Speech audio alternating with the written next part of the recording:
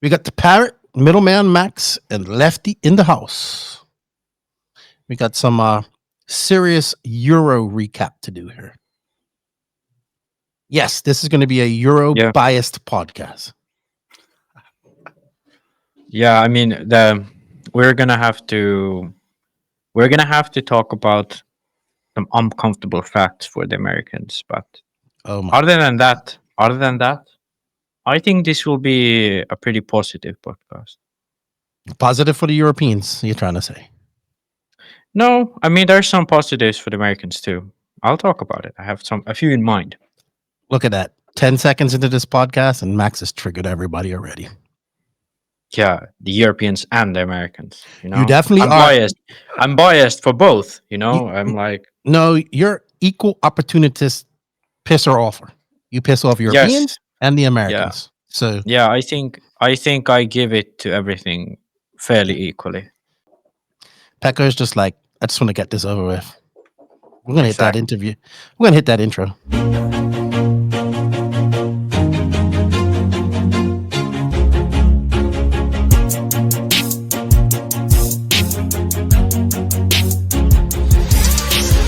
Nitro is the glory, but E-Buggy pays the bills. Welcome to the No Name RC podcast. Get ready for some serious bench racing. But be warned, we speak our minds, express our thoughts, and sometimes things can get a little rowdy.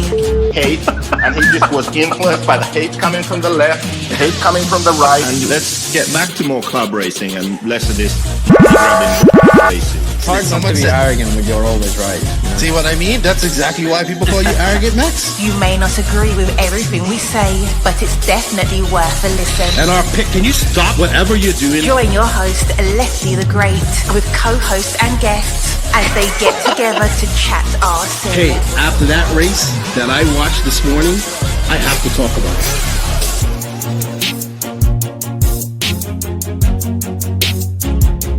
There we go. $100 right here, $100 throw. Oh no! I like this.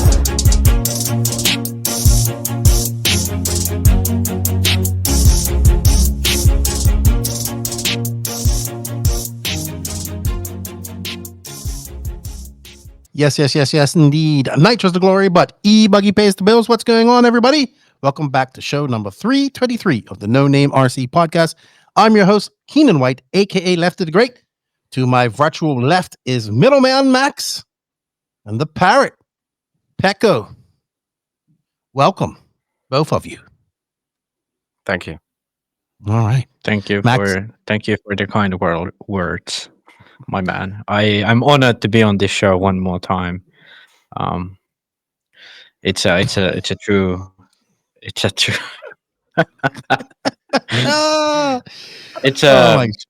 true dream come true to be here. We already got the fact on. We already know that you're an equal opportunist pisser offer of people. So we got that out of the way. Anybody who's getting pissed off at Max, just realize that he pisses off everybody. Pekko, have you ever met his invisible brother, his imaginary brother Rax? I haven't. I think maybe once. I don't think he exists. A couple times. Yeah, he used to drift. He was a drifter. Like RC? Yeah, RC drifting. Oh, okay. All right. Well, you know what? Welcome back, everybody. We are back for a Euros recap. First, a big shout out to all of the NNRC squad around the world. We hope you guys did enjoy the Euros. It was a great race. I enjoyed it. I didn't watch it all, but I watched a good bit of it. Before we do that, I'd like to say also thank you to the NNRC patrons and YouTube members. Thank you guys for your extra support. If you wish to support the podcast a little extra financially, you can. Links for that in the written description of this podcast. Also, in the written description of this podcast is links to all of these companies that support the NNRC. We heard you guys have been using that Dollar Hobbies 10% discount at Lefty. So keep on using it. We greatly appreciate it because showing the sponsors some love shows the podcast some love. A big shout out to J Concepts, High Tech RC, Sidewinder Fuels, Latera Racing, Invisible Speed, ML Toys, Dollar Hobbies, Side Piece Racing, Get Shit Done Coffee, Elite RC Productions, RC Project, Mayako, Techno RC, Beach RC, Racecraft USA, and Clinic RC. A big shout out to our drivers, Robert Battier, Alexander Hagberg, Matty G, Pekko Evening, Una Hotnen, Mason Fuller, and a big congratulations to David Ronnefalk. And David had a special message for you, Max, but I can't repeat what he said because it's not nice. But it was basically He said between the lines. Read between the lines, Max Mort. That one's for you. He also said that to me. The message for Max. Yeah. Yeah. But okay. He says, I fade off. I just won the Euros. I was like, I know. I was so happy for Ronnefalk. It was a great drive. Great drive. Yeah. But he says that one's for you, Max Morton. He says, read between the lines, if you know what I'm talking about right here. But big shout out to Ronnefalk for that win. Absolutely awesome. A big shout out to him. Also, if you guys haven't gone over and checked out Roach RC's channel, please go over there, help that man get to 10K subs. He was on our Euros preview a couple of weeks ago, and we definitely want to get Roach getting to that 10K subs and getting all that type of stuff.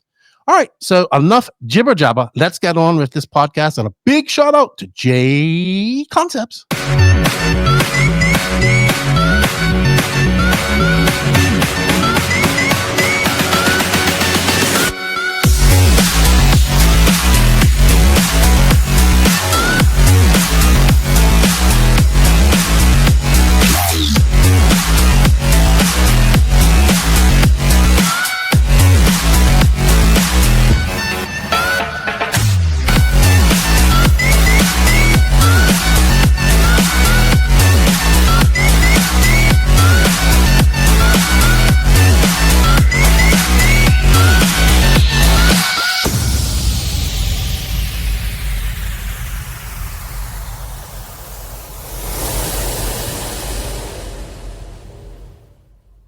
All right, so we are back after a very fun-packed weekend of European racing. I really like that the Nationals was like a week and a half ago, maybe 2 weeks, if that. Then we really had the Euros right after. We don't really get that a lot, so that was good. We'll just have a quick catch-up. My weekend was pretty much watching the Euros. Not all of it, because I didn't wake up as early, but watching the Euros, geeking out on that, enjoying that, and kind of just chilled. So nothing much going on my weekend. I have been working on some stuff. I filmed the unboxing this morning and stuff like that. I'm building something. You guys will all know about that in a couple of weeks' time. It's nothing to do with racing, but it comes from a racing company, so it's really cool. Max, you kind of went to a wedding and did wedding things this past weekend. Yeah, it was nice. Cousin got married. And the Finnish side of the family enjoyed the free alcohol, and I don't know if the Netherlands side of that family knew that that's how the Finnish people drink, but at least now they know, because the people at the bar, when we said that bring a platter of drinks and full of drinks, and then the guy brought like a few drinks, and they're like, no, full of drinks. And then he brought it full of drinks and looked at us like this, and then was like, thank you. And then he went away. Oh, so it was in Netherlands that you met? Yeah. Oh, yeah. okay. Did you fly there? Yeah. Yes, I had to fly there. Oh. Yeah. I tried to look for a train, but I would have had to start at the beginning of the week. One day we'll tell you the story about Max and airplanes. One day we'll bring up the video too. Pekko, you were at the Euros. You had a good weekend. I think probably one of the most popular people at the Euros. A lot of people were cheering you on, but you're only home for a little while because Sunday you're off to Australia. Yeah, actually, I will have a national race on Saturday. Max will be there. Yes, I will be trying my best to. I hope I can get one round of qualifying. One round of qualifying. No, I'll definitely get lapped. That's for sure. But I'll try to take one round of qualifying. If he makes like a mistake and I get a good run, I think I can get it. Nah, I don't think so. No, I don't think Pekka's in good form right now. But good form. I'm usually pretty okay at that track, and if my car is like engine? in good form. No, I'm using my race engine now. Ah, okay. Yeah. Well, good to have you back, Pekko. And good job this past weekend at the Euros. Good job making the A final. And it's going to be, you are like living the RC dream, right? Well, some people's RC dream, but it's a lot of work traveling. You're young. You can handle it. Off to Australia. Maybe you can go swimming with great white sharks. That would be great. I won't. Well, they have cages. I don't, you could. No. They're nice. You can pet them. I won't.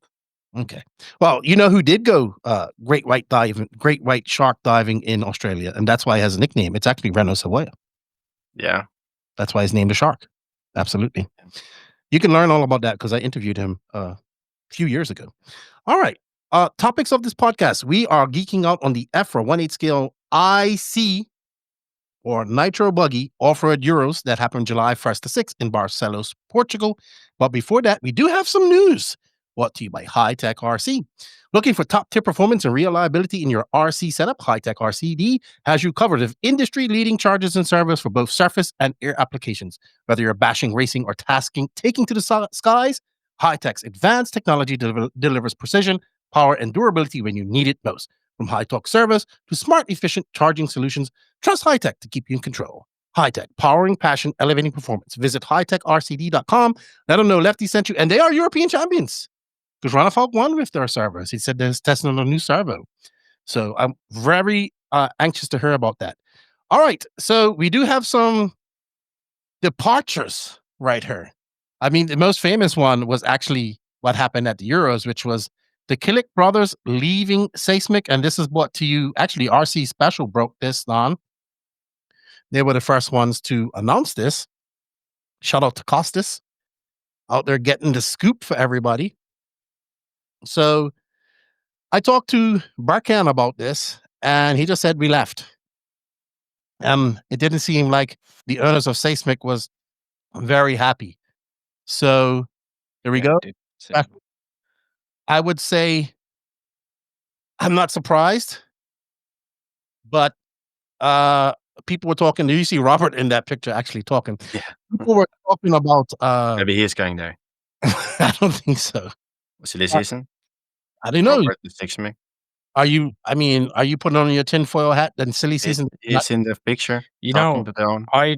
I'd probably think Boots would leave Reds before Robert leaves Hot Race. Because there's no way Robert leaves Hot Race. Yeah, I don't see that happening. Maybe you can shed some light on it. What did you know? What did you hear about it, Pekko? Like I said, I haven't heard much. This post, I think, this post was a bit shitty thing for the Kilics brothers, I think, I would say. Because the thing was that in their contract, it said that they can run, if the tires doesn't work, they can run like whatever tire. And they knew that when the black line will come up, the Seismic tires will work. But then I think the boss got pissed off or something. So that's why they just left. That was the conclusion. Yeah, because I mean, in the finals, actually, they both ran Seismic. Yeah, because that's what they always do. Is that like in the qualifiers and practice? Or in practice, they run Seismic, and then when the qualifying starts, like pretty much every single race for the past 2 years, I'm exaggerating a bit, but like ridiculously often they run Hot Race when it's qualifying, and then when the black line forms, they go back to Seismic. Yeah. You know, that's actually the thing when you know that the clay tire works when they start to be fast. Yeah, it's fun. Yeah. Like when Kilics has a good round and you can look, and if he's on Seismic, you know Clay is fast. Yeah, exactly. That's how it was at the Worlds, pretty much. Yeah, it's every time. That's that has been our way to go with the tires. When we see that Kilics are top 3, then we know now it's Clay time. Oh, I mean, they use other tires all the time. I don't understand what the big deal was about it this time around. I'm sure there's always two sides to the story. Then there's the truth, right? So, like I said, all I heard is that they left. Sounds like Pekko said they left, but I know the owner was upset. He was in the comments talking about it on the YouTube feed and all that type of stuff. So, you know what I think happened? I think what happened was that I have no idea what actually happened, but this is my thought. That before, it was noticeable every time they ran like a hot race instead of seismic or something. It was noticeable that when they ran the other tire, they was faster. I think here, like they would have been pretty much just as well off with seismic, if not even better. And like they they have been fast with seismic at this track, and it was going to be really good, like they did in the end. So I think that this time the owner might have said that it's not faster to run hot race, and maybe it wasn't. And I think that's would led to an argument, and then the Kilics brothers were like, "Well, fuck you then," you know. But this is like complete speculation. But I think it's just that this was the first time where they had a disagreement about it. Because before it was like, yeah, fine, whatever.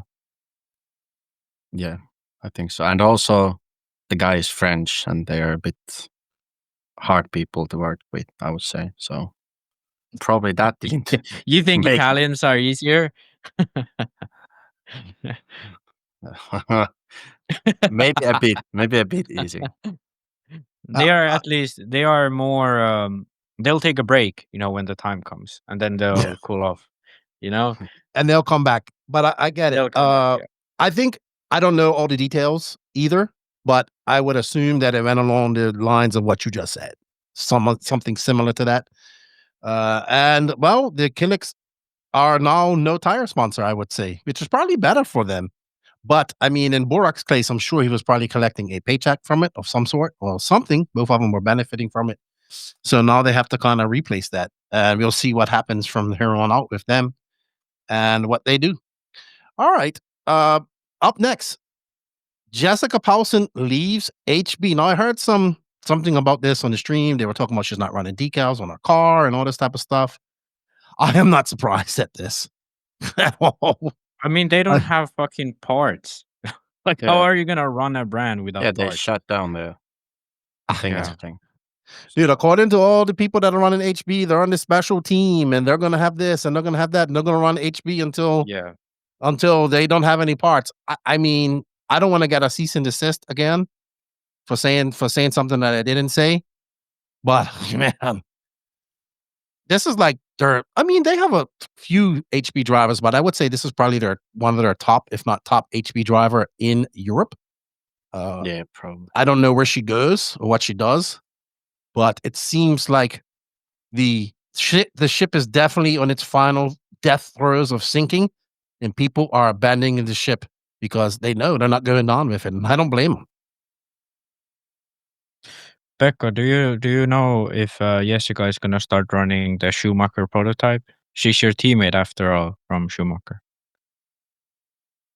I am not sure. I don't know. I have no idea. You know what? Let's talk about that right know? now. Is it an actual Shumacher prototype or was it another car? You know what? Probably Pekko can't talk about this because he's a Shumacher driver. I see him looking uncomfortable already. So we can mute you, Pekko, and you could just nod your head like this for yes. Yeah. And Okay, I'm gonna say Max can told my message I sent him. Yeah. So basically, I'll tell you what. I saw blue pivot ball nuts. There's only one car I know that uses blue pivot ball nuts. Yeah. Okay, listen, Keenan. It's a Mugen that Trish has made rear arm mounts to. Then they use associated shocks and I think upper arms. And they use some random parts from Associated. I think, you know what I think they've done? They've looked at the Mugen price list and they've looked at the Associated price list. And then they went like, which of these could we match? And then they put it together. And they have a pretty cool rear tower. I'll give them that. They have like split carbon tower. I don't know if it was better here, but I think it's more forgiving for sure. I think they ran that. It's gonna flex. I think so. Yeah. But it's pretty much a Mugen that they bought some discontinued associated parts or something of the lines. I know people. I know people are uber excited for Shumacher to do this, but I don't really think it's worth Schumacher's time to bring out an 8-scale car, because I think they have they have 10-scale on-road, off-road. They have drivers that can run those cars. Then they can run a different brand like a Mayako or Techno or anything that doesn't have a 10-scale program. And that's one expense that Schumacher doesn't have to get. The expense of sending drivers to these races, and not only that, it's completely flooded. Well, I mean, it's probably going to be one brand less here shortly with HB, but no, comes the they're cease and coming back. desist. They're coming back. Oh, right. I heard about the whole we sold it to ourselves again type of thing. For the 4th time. But the issue with Schumacher is, or with any brand for that matter, if you want to be successful in the 8-scale market, it requires that you're successful in America. And if you want to be successful in America, you need a truggy and an e-truggy. So you need 4 cars. You need a buggy, e-buggy, truggy, e-truggy. And like for Schumacher, you already have a Panka, you have a 10-scale 2-wheel drive, 4-wheel drive, stadium truck, touring car, F1 car, and then you're gonna bring out 4 more cars, and lo and behold, they're gonna have to bring out like a fucking 8-scale short course truck soon, because those things start picking up now. So like, there's no good reason for them to get in the 8-scale market. I don't really know why they do this, that they send guys to these races. Maybe I mean, to be honest, I think it's just good marketing for them. Like, people are gonna be thinking like, oh, when is the Schumacher 8-scale gonna come out? And they talk about it endlessly, and it's just never gonna come out. But they're gonna talk about it, so it's like free marketing. You know what? I have a idea where Palsson's going. I bet you just stoned out for my. No, I just remembered somebody sent me a message. Because I was gonna say, where does Palsson go, right? Because you said about the Schumacher. That's what we was talking about, right? Yeah. I bet you she gets the WIRC. Oh yeah. I bet you she gets the WIRC. Yeah, It could be. Yeah, why not? Sparko. Anyway, maybe Sparko WIRC. Oh yeah, Sparko. Sparko could be good. Kyosho again? No, she wouldn't go back to Kyosho. Is she friends with 13? Maybe she goes to the Corsa Dex Sparko. Yeah, maybe. Maybe. Anyway, enough about that. Let's get into this race. Let's get into the Euros. Let us know where you think that Jessica Palsson is going to go in the comments. All right, we're going to get into our race recap brought to you by Side Piece Racing and Latera Racing. Elevate your RC experience with SidePieceRacing.com, North America's exclusive distributor of top-tier brands like Awesomatics, Rocher, Turbofan, Montac Racing, Corsa Phoenix Racing, and Wheel Speed. Whether you're seeking precision-engineered car kits or high-performance batteries, aerodynamic bodies, we've got you covered. Enjoy fast shipping, exceptional customer service, ensuring that you get the best gear that you need. Visit SidePieceRacing.com and race ahead of the competition. Also, I know the Latera boys were happy because we was talking to them in our WhatsApp chat over Ronnefalk winning. Step up your RC racing with Latera Racing, one of Sweden's premier hobby shops and tracks dedicated to racers, featuring top brands like Xray, Hobbywing, Zoo Racing, and Team Coyote. We provide everything you need from precision chassis to high-performance electronics. Whether you are at the track, upgrading your setup, Latera Racing caters to racers who demand the best. Visit latera.se or stop by our shop and track for the ultimate racing experience. All righty, let's get into the Euros. So back to Barcelos. Second time in 3 years? Because 2022 was the time that we was here again. I love Barcelos. It's a beautiful place. It's a beautiful facility. I'm glad they changed the track. Let's talk about that. All right. So before people, let's address the elephant in the room here. Why are these tracks getting back good? Why are they going back to the same tracks for these Euros? And the only answer I could come up with is that no other tracks are bidding on them because they feel they're going to lose money. Maybe you guys can shed some light on this for me, please. You know why it goes like this? I could be a little bit wrong, but this is my hunch. new tracks who apply for Euros, they have this thing that you apply, like when they pick like which venue takes which race, you basically all the tracks apply for 2, 3, 4 races, B Euros, A Euros, and so on. And then they can also apply to other classes and whatnot. I don't know if that has anything to do with the picking process, but at least those within the same class has. Okay. So 40 plus, whatever. Then additionally, you have to have had at least one like lower level race to get a big European championships like the Nitro 8 scale. Okay. And when you go to the EFRA AGM, from what I was told, how it went was that basically all of the races are put into a pool, and then they go by like the least amount of applicants to the most amount of applicants, or kind of like this. So if you have like a race that one track has put their name into, then it's like, well, it's automatically that one. Okay, so let's say like 40 plus Euros, one track has put their name into 40 plus Euros. Then another track has put their name in some race, and then the last is like the biggest race, which then would be like the EFRA 1/8 scale Euro. And at this point, basically the only ones who are remaining are the ones who only applied for the Nitro 8 scale Euros, and the ones who haven't gotten picked along the way. So they basically got lucky, that some other race got the other bit. And what I think happens is like these few venues, they always go for just the A Euros. So then it's very likely that they get that one. Because they're always there to remain. They're not having any other. Okay. And additionally, if it's a battle between, let's say, Barcelos or someone else, then it's like, well, of course you pick Barcelos because it's gonna do a good job and blah blah blah blah blah blah. Because it's like the people who are there actually vote about it.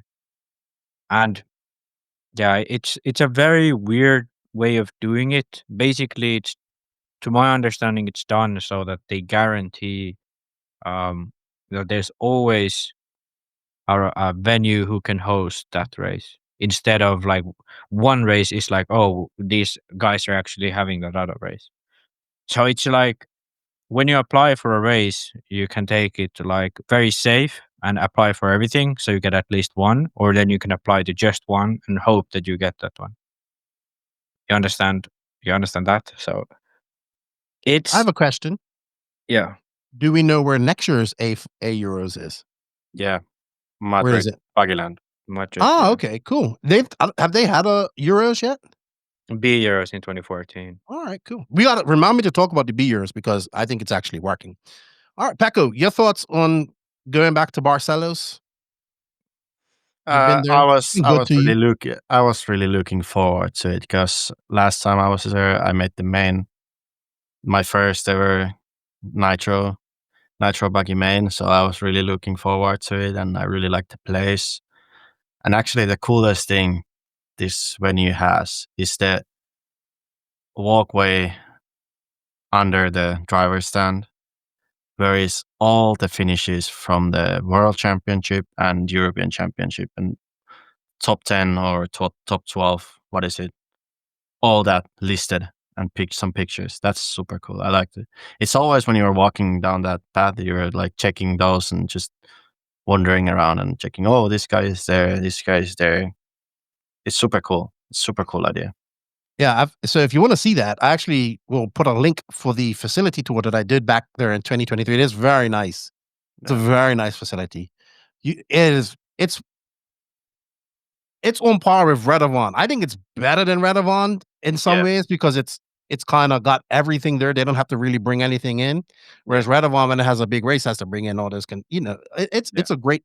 Parking sucks. But so did parking at Radovan too. Oh no, they had those big fields on there. Radovan had a big field. Yeah. Parking sucks because it's on the main road and sometimes you got to park far away. But That's the only complaint I have with that place is that parking is not good. But it's a beautiful facility. I've been there twice. Hopefully we're going there in August. That's right, people, companies, if you're interested in that, Max and I are trying to go to the e-buggy world to do NNRC content.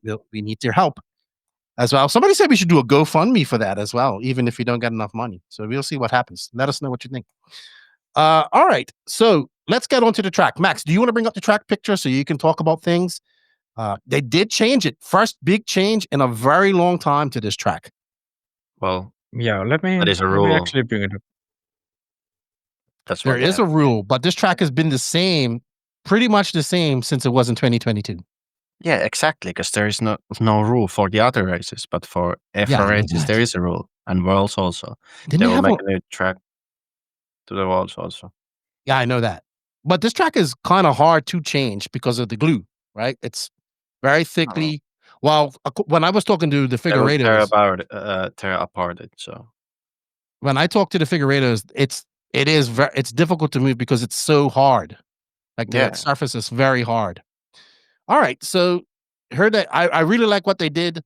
Maybe walk our way through it, Pekko, because you actually drove many laps on this. Yeah, so a lot of things are still the same. Like this section that Max is on right now is still the same. It's just going. It's just the way it's done. It's a little different. I mean the layout basically was, I would say, easier than the layout what it was there before, but the jumps made it harder because the jumps were like these jumps in the middle. They were a bit weirdly timed because they were testing the jumps with the e-buggy. So basically the triple single what we did was should have been quad, and also they fixed the jump in the front, but that was also kind of hard. But I would say otherwise the layout was a bit easier than it was last time. Why was it easier? I saw so real quick. I saw that they see how if you look at this front, go back here, right, Max, on this front jump where your arrow is. They actually put a extended lip on this after day one. Yeah, and then I saw there was a video. You was actually quadding this second bunch of jumps right here. Yeah, I was. But so why did they change this lip? Because I mean, hold on, go forward a little bit, Max. Is there another jump after, or is it right onto the? No, it was the center. That's right. So this one here, I do apologize. So you can jump and make this. Yeah, you can jump it over because you can barely make it over if you land perfectly. Then it was easier when they changed the lip. Also, this step up out in the very back, I thought it was going to be. Was that challenging to you at all? It looked fairly easy from video. Yeah, it was this. What do you mean, the step up? Yeah, this corner right here. Yeah. That corner. That was quite easy, I would say. Sometimes the wind could catch your car and you will have a weird landing, but otherwise I think it was fairly easy. And also there was I think the track came apart from the jump a bit from the inside or something, so you had to get a bit different line, but otherwise I think that jump wasn't that hard. It's just sometimes you get a nose high and your car will have a weird landing, but otherwise it was. How about this sweeper? It looked. Sorry, Max. Let me just ask real quick. How about this sweeper right here? Because it looked like in the first couple of days, obviously this is a glue track, by the way. So the first day or two, it's uber high traction. I know you guys were gluing sidewalls and all that type of stuff, but you have to kind of tiptoe your way around this sweeper because it looks like you can go around there full chat, while realistically, because of the traction, it looked like you just kind of had a tiptoe. It did come in once that line came up. Maybe tell us a little bit about this sweeper. At least me, I didn't have to be that careful, but yeah, I can imagine some guys had to be careful on that corner. But yeah, you definitely cannot go full throttle there. All right, Max, you had a question? Yeah, about the back double, because I saw a lot of people, because it's a little bit tilted, the landing. I saw a lot of people sort of jump straight up, and then the car was a little bit crooked compared to the landing because it's tilted. Was that just like the wind that caught the cars that really lifted it up, or was it? I think it was the wind. or the bump on the like. Okay, yeah, because I saw, something.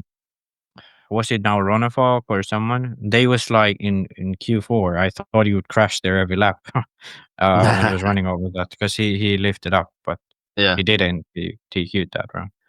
Yeah. We went. I already went through the track before on the preview Right. For those who podcast. didn't listen, for those that didn't listen to that though, I noticed throughout the weekend that the infield broke up a lot more than usual from the times that I've been there. Like I've been there once when it was dry.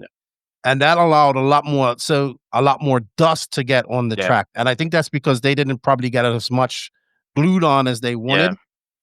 And I think that's what made a big difference in the track. Well, from what I can see, And because usually that also- infield stays together, right? Yeah, and also the track was also falling apart more than it was before. Basically, the back double was like rough. I think all qualifiers, but for the finals they got it together, so they had enough glue there to hold it together. But for basically all qualifiers and practice, there was a lot of dust there because the cars were creating holes to the landing.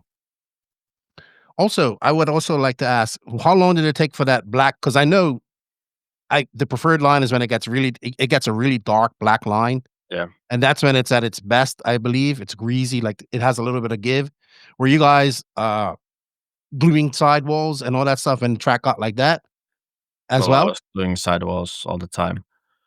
But when the track got like this black line, we started to use clay tires.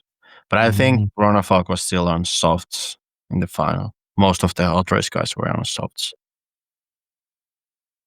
Did you run hot race all the way through? I did 6 mig in the semi and the final. I tried in the semi practice and felt like the 6 mig had more grip. Okay. So I and the prefer purple those. compound, right? Yeah, purple. Yeah. Yeah. And same in the last chance? Yeah. Yeah. Okay. Yeah, because that's interesting. Because usually Ronnefalk's, well, he's usually on the soft, but I wonder what Robert was on, because in the semis, Soft. like something just clicked for him. Yeah, it's weird because something just like really clicked for him. So I thought they would have gone clay, but yeah, it's interesting. I have a question for an idiot like me. If the traction being as high, well, obviously, if the black line, it isn't that high a traction as it when it's fresh glued. Doesn't like logic tell you want to use a harder tire, or why are they using the softs? Like, I'm just explain it to me, so people out there would understand. Because remember, in America, they don't have track surfaces like this. Yeah. So basically, the thing is that on this track, you start with medium, then go when the black lines is coming up, you go softer tire because the tire is not wearing down that much, and also the black line has less grip, so you need more grip from the tire. So that's why you're going softer. And then when there is enough oil on the track, because basically the black line comes from the oil that comes out from the muffler. So that when that's like the black line is enough, then you can start to use clay tire. And I would say it wasn't like enough for a hot race clay tire yet. And also tire wear looked pretty good here. You saw tires coming off; they still had tread left on them compared to the nationals. Yeah, because like I said, the tire wear is going like way down when the black line comes up. And also it was 45-minute main. Yeah, so 15 minutes less. Nationals. Yeah, 15 is quite a lot. All right. I know a lot of people aren't hip to the okay, well here's a good thing, Pekko. You raced on an oil track over there in Philippines, and you raced on this glue track. What do you prefer? Maybe tell us some of the differences between the two. Oil track, I prefer. Okay, well tell us why. It stays the same during the race weekend or week, and also it's just more forgiving. The glue track has a bit weird grip at the start of the event, and then it's also like evolves every round, so it will be different and different. So I really like the clay tracks more because it doesn't have that much traction. It still feels like a driving 8-scale car. You mean the oil tracks? Yeah, oil tracks. So the oil tracks are the same from the start to the finish. Do they get affected by the heat at all? Cool heat and all that type of stuff? Yeah, of course it does, but that's like you need to tune your shocks and diffs for the heat, but not track like the track. Awesome, because I know I was talking to a track owner. He has a big track in the USA, and he wants to go all oil. He wants to try it. So it seems to be catching on. It seems to last a little bit longer than the glue. I know you have to reapply the glue. Were they fixing the track at night? Yeah, they were fixing the track like even between the runs. I think. Yeah, they were putting glue and sugar on the track and everything. Sugar too? Yeah. I think they just probably ran out of time with the track build because usually they put copious amounts of glue on there. I know they use a lot of glue. And the thing with oil is that the oil goes deeper into the soil and it creates thicker layer and it's more softer. So when the car digs a hole into the track, there is still oil in that hole, so it won't tear apart. This glue, when someone does a nosedive, it will be like a sand coming out from there. So yeah, not good. I remember that happened also at Ongara Ring. You know that back, was it double now, which you land and then there was that pole in the corner. People, I don't know if they landed outside of it or if the landing just broke so much, but it was basically like, you know, in indoors they have that like tile section. This is what Will calls a slippy. Okay, Yeah. so this corner was one of those. So basically, it was just like power sliding it through there. Yeah, it was. And then the rest of the track was like high group. So like that is that doesn't happen on an oil track, never at all. Yeah, it doesn't. Yeah, it doesn't. And the funny thing, actually, that those Euros they changed that for qualifying or something. They put so much glue and sugar on it that then it was the highest grip part of the track. Oh, okay. Yeah, it was so funny because that was like the funny thing was that we were struggling a bit in this corner, so then they just like put all the sugar and glue to this one part, and then it was no problem for us anymore. It was super high grip there. Yeah. Well, I also saw some video where Nick was doing a track walk and they were picking up pieces of the track where you could see the glue kind of was coming off the surface. I personally feel with the track change, they just didn't get enough glued on, because when I did talk to the figure readers, they always say we put a light coat on so it permeates the ground, and then we start putting layers and layers. And I think they just ran out of time to do that in time, but it made for interesting surface. It made it for different surface. And it's good because I really like that you was at the oil track and you got to go here. And also you got to go to Nats. You drove on the Nats. Yeah. So we're going to compare. I think we're going to compare that because we have a question about that later on. So I kind of want to wait till we do that. And we'll compare that. Okay. We'll compare. Let's compare it. What about the Nats grip to this track? And then we'll talk about the Nats and Euros track being easy or not easy later on. Way less grip. Even when it was freshly glued? No, the national track that has less grip. Oh, the national track had less grip. Yeah. Oh, yeah, okay. Less. I would say that would be, comparing this to nationals, would be medium grip, maybe even medium low. This is like the highest high grip, and then oil track would be like medium high. Got you. Medium, somewhere there. Great comparisons. All right. Well, you know what? Let's get on to some qualifying recaps, and that is brought to you by our new sponsor, Dollar Hobbies. We want to thank all you guys that went over there and used that coupon code. Keep on using it. Dollar Hobbies, big thanks to them coming on board for the NNRC for the rest of the year. If you don't know who Dollar Hobbies is yet, go check them out at www.dollarhobbies.com with a Z. They have over 13,000 RC products in stock with over 130 plus top brands. Whether you're a racer, basher, crawler, or just getting into the hobby, they have you covered. You can use promo code Lefty to save 10%. They also have a brick and mortar shop right there in Minnesota with an indoor carpet track that switches between on and off-road on race nights. They have rentals, birthday parties, corporate events, the works, and they have a skilled staff to get you what you needed, get repairs and all that stuff. So if you guys can, you will save 10% by using promo code Lefty in all caps. It definitely helps us out. Remember, www.dollarhobbies.com. Also, a big shout out. I asked this guy for this commercial from the Euros, and he never got it to me. So maybe I have to talk to Pekko, but invisible speed. Stop scrolling, you wannabe Lewis Hamilton. Learn something new with invisible speed. You can't do everything at 100% maximum speed. You have to be smooth. I mean, when you drive a real car, if you drive a real car, how do you just, when you get to a 90-degree corner to turn into the parking lot, do you go like that with the steering wheel? Do you like slam on the throttle and the brake? No, you probably turn the wheel smooth and get on the throttle smooth. Same thing with an RC car. If you want to learn more and make your speed visible, stop scrolling. Stop scrolling, Lewis Hamilton. Pekko, get us that new that commercial also has a deal for the Euros.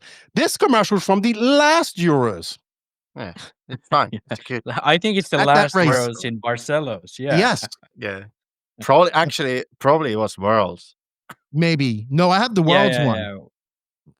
Yeah, could I think this is Barcelos in 2022 from Nah. where this I'm waiting. Yeah, So maybe in 2026, I'll get 2025's commercial.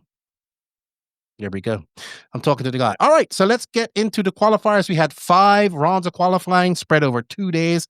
I think it was 3 rounds on the Thursday, then 2 rounds on Friday with some practice. Lots of practice. Too much practice, in my opinion. This race could be done in like 3 days, to be honest. 4 at the most. There was no practice on Friday. Was it? Oh, it was just qualifying. Yeah, qualifying. Okay, so there's 2 rounds of qualifying, and then that was it. Yeah, 2 Yeah, rounds. if I remember correctly. All right, well, let's get into some of the qualifiers. Max, you get into it. You made the notes. You talk about it. It was an exciting qualifying race once again. Yeah. Well, exciting and exciting. Hold on. We got to say something. I forgot about this. Practice. You and I talked about this, and we have this unsaid thing, and Ronnefalk doesn't know we said it, but I said it on the live stream. Me, Mike Hill, you, and every time we see Ronnefalk, because Ronnefalk was top seed, right, in practice. Yeah. Every time, he's always top seed in practice. right? Every time he does good in practice, and he posts about it, and he's top seed, it's like I call it the practice jinx, right? Yeah. And when Q1 and Q2 happened, I was like, the practice jinx. See? See? The practice jinx. I was losing my shit. I was like, when I saw that picture of the marshal carrying the flamed out car on the Mayako, the NNRC Discord, I was like, and someone posted like, oh, is FX having issues and blah, blah, blah. And I'm like, when is it not? But I was like, okay, it's over for this man. Like, he had a 15 in round 1, a DNS, not even DNF, that did not start in round 2. Like, this man must be like it's over, man's jinxed it. But he pulled through. In Q3 he had a decent run, and he was back on it again. Oh yeah, he was back on it again. And to be honest, like, I was not surprised that he was back on pace, but I was a little surprised how well he was on pace after that, because the start looked horrible. Because he got like a 19 in Q1, and I was just like, yeah, and that's not even like something happened. He just made mistakes, and yeah. But I mean, all good in the end for him. However, one guy who always seems to start strong is Ongaro. For some reason, I remember last year at the Euros, TQ'd round 1. At the Worlds last time out, TQ'd round 1. He seems to be. I think it's that he's one of those guys who he's like travel pace is the highest. Because in Q1, it's not really, nobody goes out in Q1 and goes all out. It takes a lot of guts to do that.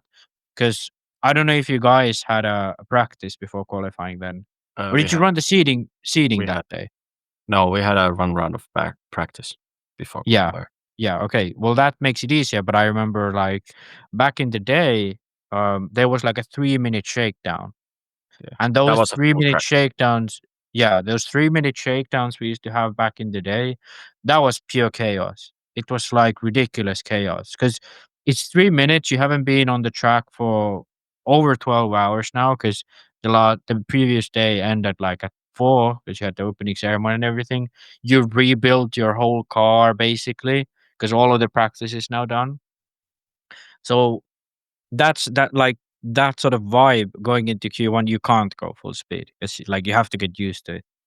And I think for Ngaro, like he always picks up in the main because also you can't really go full speed for 60 minutes. Nobody really can. They can't do the best lap for 60 minutes or 45. I think that's his strong suit. Strong travel pace. And Q1 TQs kind of show it. But also, what comes with this is Canas's like full pace after that.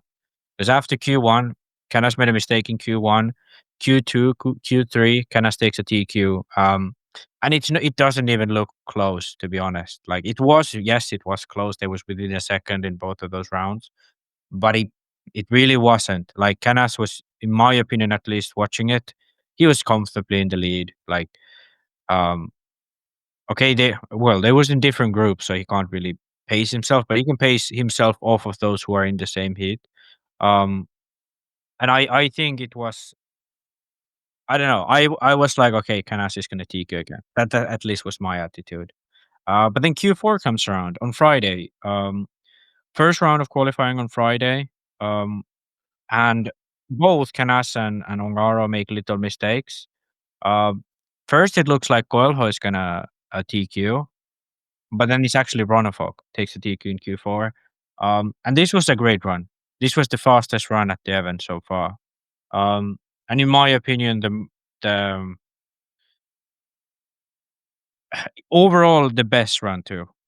Because I think he made, I don't know if Canas went faster on the last round. He went to 5:07.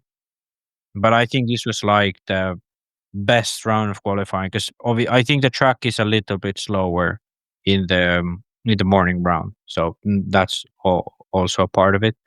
But yeah, really impressive from Ronnefalk in Q4, and yeah, those three are your top three for qualifying. Canas takes the last, second, third, and last round. Ongaro takes Q1 and Ronnefalk takes Q3. Um, a few things I wanted to mention is Berkan Kilic.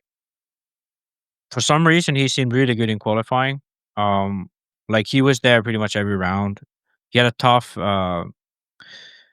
fourth round first on Friday, but apart from that, he was within the top 10 all the time, which not many could do. There was Ongara was the only one who made top 10 in all rounds, which is crazy to think about. Like everyone else was outside of the top 10, um, at least one round. So yeah, Boots in sixth. To be honest, I didn't really even see Boots at any point on the broadcast or hear about him, but he was sixth, so I guess he did well. Um, yeah, you want to talk about your boy Karup, Keenan? Because he surprised me in the end. Yeah, Karup, I picked him, and I was getting excited. I thought he was going to make the final, and he made a good charge in the LCQ, but got caught in that kerfuffleage. Dude, I am a Karup fan.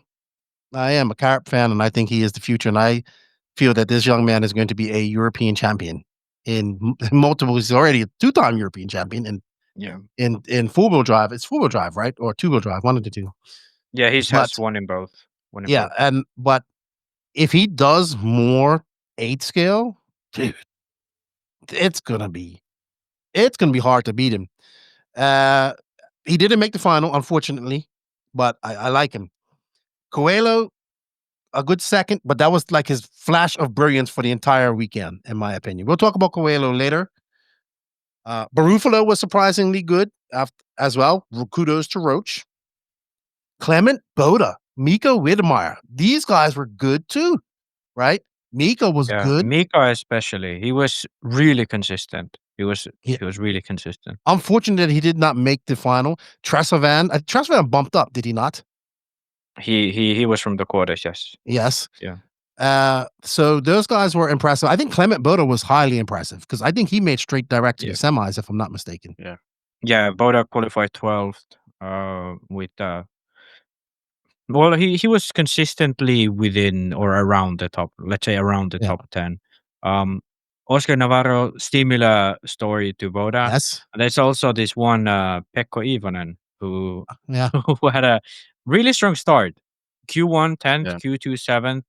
What happened after that? Because Q5 was okay, but I think that was like because you had to have a decent last round to make it to the semis. But like what happened in Q3 and Q4? I think in Q3 I made a mistake, I think. And Q4 was just, I think overall just slow. Didn't do like maybe one mistake I did. That's why I dropped to super low. But then Q5 was just a consistent run and I got in for the semi. But yeah, the first two were super good. I think like the qualifiers were so tight. Like probably in the first, I think in the first run I had two like bad laps. I was struggling a bit like for 2 laps or something in the middle of the qualifier. I lost 2 seconds in that. Without those, I could have been somewhere like top 5. Also in the second one, I think I had some like bubble at some point, and I was like, I could have been like somewhere. I think Jake, you said something like top 3 or something even. Like it was super close. But yeah, I was I think in the Q4, 3 and 4, the track was starting to get different, and we had to adapt with the car. So I think that was a thing. Well, what changed for Friday then? Because it sounds like it's pretty much purely Friday that something changed. Yeah, I think like for the last run on Thursday, it was just getting that black groove, and the car started to be a bit too loose, and I lost too much steering basically. So my car didn't pivot around the corner. So that made the car a bit slower. And also on Friday, the same thing just continued, that there was less grip. Yeah. Okay. So basically, just oil going onto the track, the rubber going to the track and making it more slippery. Yeah, that makes sense. But yeah, I was just looking at the times here. So Q1, this French guy who I've heard of, yes, but never really seen. Let me check his name so I get it right. Matisse Peyre, I don't know which way you say it. Finished 6th in Q1, which is a really good run. Yeah. Kind of a miracle run for him because his second best run was like his best 5-minute time too on the first round. So I don't know what clicked for him, but he had an incredible Q1. And he was in 6th. And now looking back to Pekko, he was in 10th in Q1. And the difference between Pekko and Matisse was 8 tenths between 6th and 10th. And if we go even further, we go to Remy Bermudez, who's in 16th. So from 6th to 16th, he's 2.5 seconds behind Matisse. So like it's basically one mistake and you drop like 10 places, and a little mistake at that. Yeah. And it's not like, because sometimes you watch some of these races, and especially like DNC, like Canas TQs with over 5 seconds gap, from anyone. But here it's Canas was what is it now? 6 seconds behind Ongaro, and he finished 14th in Q1, and Yeah, Ongaro exactly. TQ'd. And I think he did like one mistake. Yes. So to me, that's like the Also, incredible part Ronnefalk, of he did a one mistake. Yeah, one crash and Some other 90th. race, these guys makes one mistake and they will be still top 3. Yeah, exactly. And I think that's like the crazy part, especially about the beginning of the race. In the end, I think the gaps opened up a bit more, but because the top guys went so much more fast. But I think, like, especially in the beginning, the gaps were like incredibly close. All right. Also, drivers kind of out of place here was, you know what? I wanted to give a shout out. He didn't make the directly to the semis, but David Todd, because we're going to talk about him more and more. I think he was he was the next driver after the top 16. Yeah, he was 17th. 17th. So I TQ'd the quarters, I guess how Yeah. you'd say it. And then drivers yeah. out of place. Ricardo Berton in 24th, even though I think he had some issues. Renault Savoia, Renault's nearing the end of his career, but I'm sure he want to do better. Johnny Skidmore will not be happy 29th because Johnny Skidmore, if I'm not mistaken, has made the finals or semis last few years. Did he make this finals semis in Redovon last year at the Worlds? Did he make the finals? I can't remember. First Worlds he made. Yeah, first World he made the finals. But I'll be fair, and I just haven't seen much from the Skidmores this year on their social media. I haven't been following them. Usually I'll see them pop up now and then. So I don't know what they've been up to. I don't know if I know they don't race much internationally, like going over to from Britain to Europe. But yeah, Johnny Skidmore, we was talking a lot about him over the last 2 years, and not being in the semis is not where he wants to be right off the bat. But there was a lot of people that kind of should have been in the final that weren't in the final. All right. Do you want to go on to the semi A? If so, or do we have anything else to talk about before we do that, qualifying wise? No, not really. I mean, the only thing maybe before we go to the semis is look at the quarters, because it was interesting. Yeah, it was some As good you racing. said, a lot of top guys in the quarters. So in the A quarter, Hampus actually Hampus was good. Yeah, Hampus actually took the lead, and David Todd fell from the TQ spot to second. Made it still through with Polito and Neumann making it through.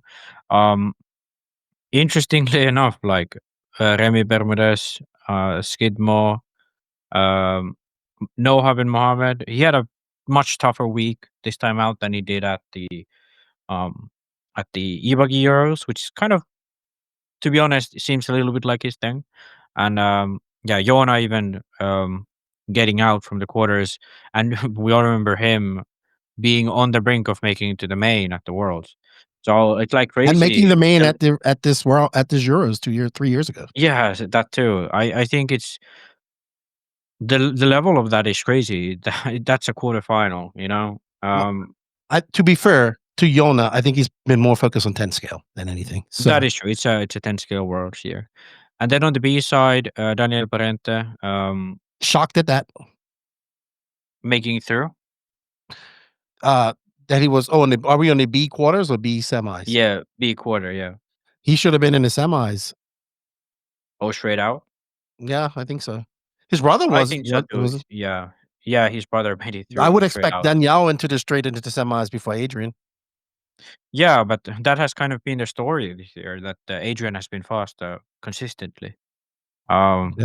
Which is interesting. But anyway, Daniel making it through first and from the quarters, and Andrea Trevisan. I think this is Pekko's nemesis. Is he your nemesis? Is he the one who you said karma in the mic up? Yeah. Because I me out a couple times, but yeah. it's all but yeah, Trevisan. He was fast at the few of the rounds in qualifying. I think his pace was good enough to be in the semis straight out, but just like he's a very I don't want to say like an explosive driver, but he's a very like he has good rounds and then he has bad rounds. He doesn't have mediocre rounds. That type of driver. How would you describe him, Pekko? Yeah, exactly like that. Yeah. Yeah. But then Oscar Baldo in third and Orlowski in fourth, with dropping his countryman Zalewski out of the semis. Hey, actually, we should check the finish of this quarter. It There was is some some- kerfuffle. There was some. He bumped Zaleski, if I'm not mistaken. No, but Okay, is well, some some- let's take a look. yeah, Let's take a look at it. I'll bring it up. I have Yeah. finals day here. Give me a second. Go ahead, talk I'll while try I bring to. it up, guys. Yeah. Well, let's talk about Orlowski because I was expecting a lot more for him. It's high They were grip. I struggling. think this track is 10 scaly, so it's not Yeah. it's not thing- like he has any like room for excuse. Yeah. In They my were opinion. struggling a bit. I was talking to them, and actually, I was giving some advice and stuff like that. So they had some struggles, but I think they get it working and for the finals, and they were actually super fast. But they both had some small problems with the engines. I think flameouts in the pit, and Orlowski didn't feel that good with the engine, but then it got tuned and it was much better for him. All right, so this is the so end of basically the. wasn't really. Yeah. Basically, was the issues with the engine more so than. Yeah, and actually, driving-wise, it got better when he changed the gearing of the car. Okay. Like the feeling for him. Yeah. So. Okay. I think I have to go Well, back. Hold on a second. That's more understandable. But that's like on No, this track. I think this is it. Yeah, somewhere here. But yeah, I think on this kind of track, the feeling for the throttle and brakes and stuff like that is super important because the track is a bit weird because the elevation change is so like different to the other side. Because like the right side is quite down, but the left side is like on your eye level almost. It's crazy. You cannot see it on this video, but when you go there, I didn't even remember that it was that much. So right now, there's Orlowski made this mistake. So it's Orlowski chasing. Orlowski is chasing. Ronnefalk is in front of him. Behind him is Zaleski. No, hold on. Behind him was Ronnefalk. Behind him was Ronnefalk. Yeah. Now Ronnefalk's in front. We got something here. Let's see what this is. That was a good pass. That was a very good pass. Yeah, that's a really nice pass. Yeah. When I saw that, I thought onward. Yeah. But I think we have. Here, go ahead. We have basically like Orlowski, and he did a pass again. And Ronnefalk, fighting for the spot. So we have three-way battle for the bump up, and Ronnefalk takes out Orlowski here. And then we have and Orlowski cuts the track. So people were saying a marshal put him on her. There's no marshal here. No, he just cut the track. Yeah, he got. He should have got a penalty for this. Yeah, Orlowski cuts the track, and then we go into the final lap. Hold on, let's see this. This is where he should have got a penalty, unless he flipped. So there is a marshal here. Go back a bit. Okay. Yeah. So basically, Orlowski makes a clean pass. He makes a clean pass for Ronnefalk.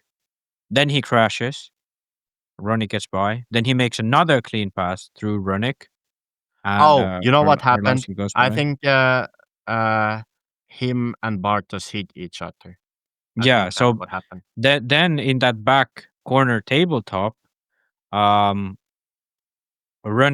drives into Orlowski. Go back like 10 seconds from here. Yeah. Yeah, that one more. Even okay, that's okay. Good. Yeah. So here you have Ronnefalk. Orlowski in fourth right now. Yeah. Ronnefalk hits him in the back. That's just a takeout. Yeah, but Ronnefalk actually suffers more. Yeah. Orlowski continues. Zalewski comes. He cased the jumps. And goes. Yeah. Orlowski cases the jump and Zalewski takes him out. Now they film Ronick getting picked up. Yeah. Orlowski, I think Zalewski's touch with Orlowski that Yeah, I corner. think they did a side-by-side touch or something like that, because otherwise Michael would have come from the corner. Yeah. Come on. And basically that was like that was carnage just there. And now it's like Ronick's out of this fight because he was crashed for so long. Yeah. And Orlowski is still in the fight with Zalewski because he cut the track basically. Yeah. I don't know what happens now. This is the I don't remember part either. that's still This is you'll see. Actually, Orlowski waits to the last, second to last 180. Goes on the inside, but I don't actually think this is a penalty, to be honest. It was not. Yeah, because I heard people say that. No, Yeah, I don't think that's. Oh, yeah, that that's was good clean. pass. That's a clean. good pass. Yeah, I don't believe that. That's good Let's pass. slow it down. I don't think this is a penalty. Nah, I was it's not a more penalty. focused on Okay. the track cut, to be honest. If there would have been a penalty, this guy who is the referee, he would have called it. And he said he should have given a penalty for everyone. If someone gets a penalty, everyone should get a penalty from those three. Yeah. But yeah, that's clean. That's clean. So Zalewski, you can see here, Zalewski, he kind of gets on the brakes and gets his rear end up. And I don't think that's a penalty at all. Yeah, that's not. And the difference between, because we had the similar one, or what people said was a similar one, from the Roar Nationals between Wilson, I think it was Wilson and Ogden. You remember that one after the step on, step off? Yeah. The difference between this and that step on, step off was that Orlowski's front wheels were in front of Zalewski's front wheels, and Orlowski was making the turn, whereas Ogden basically overshot the corner, and he still didn't go in front of Wilson's front tires. It wasn't Wilson. It was Mechanic. Oh yes, Mechanic. Same color car. Exactly. Yeah. So Mechanic, and I think that's the key point, because the thing is that basically, here, Zalewski, he went offline and tried to cut back in, not like to exit the corner, but to cut in to the apex, where Orlowski already was. And that's why they collided. So I think that was clean. I think this was actually a great demonstration of what is different between what is like a touring pass, where you go to the inside of the car and the out tries to recover, and what's like T-bone block pass type of thing, Because you can say, they touch wheels, but there's a big difference between those two. And I think this was a great demonstration. But yeah, Orlowski cut the track, but Zalewski and Ronick, they took him out, both. So I think Orlowski should have gotten a penalty for cutting the track, but I think also Zalewski and Ronick should have gotten a penalty for taking him out. And so end result is the same. Yeah, and actually after the main, Michael was like, okay, I didn't get in. He was like, he was thinking that he didn't get in, and for sure he will get a penalty. So he wasn't even getting ready for the semi practice. But then they just said that, you got it. Yeah.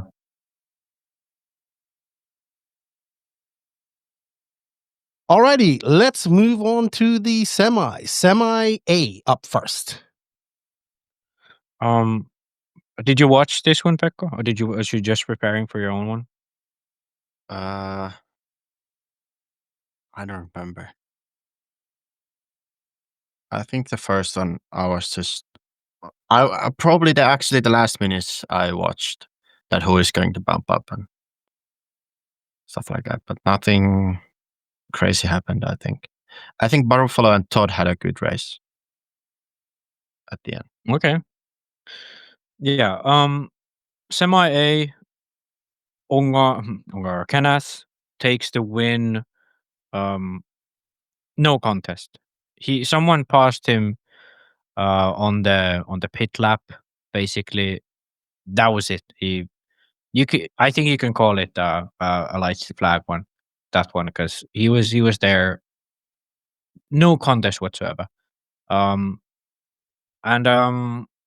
behind him, I think there was really no contest maybe for Burak. In reality, maybe you could say Boots put a fight for him because they did switch places a few times for sure. Until Ronnefalk came back, because that first lap was horrendous. He dropped all the way down to 10th. Horrendous. Oh yeah. He charged his way back in the end all the way up to 10th. He let me look at here from the lap. So first lap he's 10th. By the first pit stop he gets up to 5th. So he's back in the bumping positions. And then it takes all the way up to the last 4 minutes to get into the top 3 by Boots. So basically was behind Boots for quite a while until Boots made mistakes, I guess. And that led Ronnefalk through the 3rd. And he actually ended up just half a second behind Burak. So he could have gotten all the way back to 2nd from the first lap crash. And I think something that is telling is the fact that Canas finished 18 seconds in front of Burak in that semi. So he absolutely dominated. Behind them, Oscar Navarro, probably my biggest surprise. I think like 5th in the semi, so making it through, 6 seconds in front of David Todd, who was the last bumper. Solid in the main. He was there within the top 5 pretty much the whole race, top 6 the whole race. Yeah, like it looked like he just belonged in that main. And to be honest, it looked like that pretty much the whole week. So, I don't know if people know who he even is outside of Europe, because I never seen him race outside of Spain I think pretty he's much never been at to the the UK. Euros. Yeah, Nothing like that. yeah. He was pretty fast at the Worlds last year, early out as well. Yes, but I mean So- that's still Spain. That's still Yeah, Spain. and then Yeah. of course the people not making my pick, Carap. I was celebrating too early. I do apologize to the Caraps for jinxing them. Yeah. And Widmeyer, and because I talked to Mika because I had to fix something that I had posted. But then anything. So Pekko, you can talk more about this race because you're actually in it with the semi B. Yeah, I can talk. Are you nervous when you go No, to I'm these not. semi I'm not B? nervous, but Max is talking all the time, so I cannot. Oh, that's right, Max. That's Let right. Pekko Yeah, talk. exactly. So the thing with this track is that when you get a good start, you will be there. Like you will be in the pack. It's a bit weird because the pack is so tight and the times are so close that it really depends where you are on the track. If you get a good start, for example, Oscar got a good start in the semi. He were always like there, 4th, 5th. It was like he got a good place at the track, and he can just repeat the lap times what he is running. And the other guys in the behind are battling a bit. They are losing like a second a lap or something. So you get a really comfortable spot on the track, and that's played quite big role in this race. Like for example, Ronnefalk, he made a mistake at the start. And where did he start for the final? He started 5th. Yeah. When I saw Ronnefalk come back from 10th to wherever he started, I was like, oh yeah, it's feeling the flow. Yeah, exactly. But still, like you can see that at some races you are last on the first lap in the semi, you can still probably get a 1st or 2nd for the main. Mm-hmm. I know what you mean, Pekko. I know what you mean. Yeah. I think that's a good point, because like for a lot of these guys, like Kara, is he had a tough start, a bad first lap, and he was kind of like he was following the train, but then he was just not there, and then he made a mistake nearing the end when he dropped out of it. And actually, he was running clay tires, so that was Okay, the so that problem also. yeah, so he had the wrong tire on. Okay, Yeah. that makes Yeah. more sense then. Because his pace wasn't that good either, Yeah. but I think he probably, if he got a good start, he probably would have been there in the main. Yeah, probably. Nonetheless, what do we think about Barufalo? I think he was surprisingly fast. Yeah, Like looking at the other Kyrgyz drivers, because they were struggling. yeah, and the thing is that Barufalo was bumping up until he made a mistake in the end. Yeah. And I think this is like his biggest issue, that he just overdrives consistently. Like you can kind of guarantee that he will make a mistake at some point. I will say this. I think Roach was on point when he said that he thinks that the confidence that Marco had coming out of the Italian race, because he was leading Ongaro straight up, beating him, it followed him into this race. Because if you would have told me that Barufalo would be the fastest Kyosho there, I would have said no way, because I would have put that on Berton. Yeah. But he was. And he was, dude, we'll talk about him in the LCQ. Anything else before we move into the semi B? Let's go on. Semi B. Pekko, you start us off, or do you want to start us off, Max? You go, No, Max. Pekko, You go. I don't. I'm our initiator. Well, we can start like last time. Ongara won, lights the flag, no contest whatsoever. 13 seconds in front of Robert Battier in second. Dude, Robert put on the afterburners. I don't know what the hell happened after those qualifiers. Or Q5 was good. I think he finished second in Q5. And then like something just clicked for him when the track rubbered in.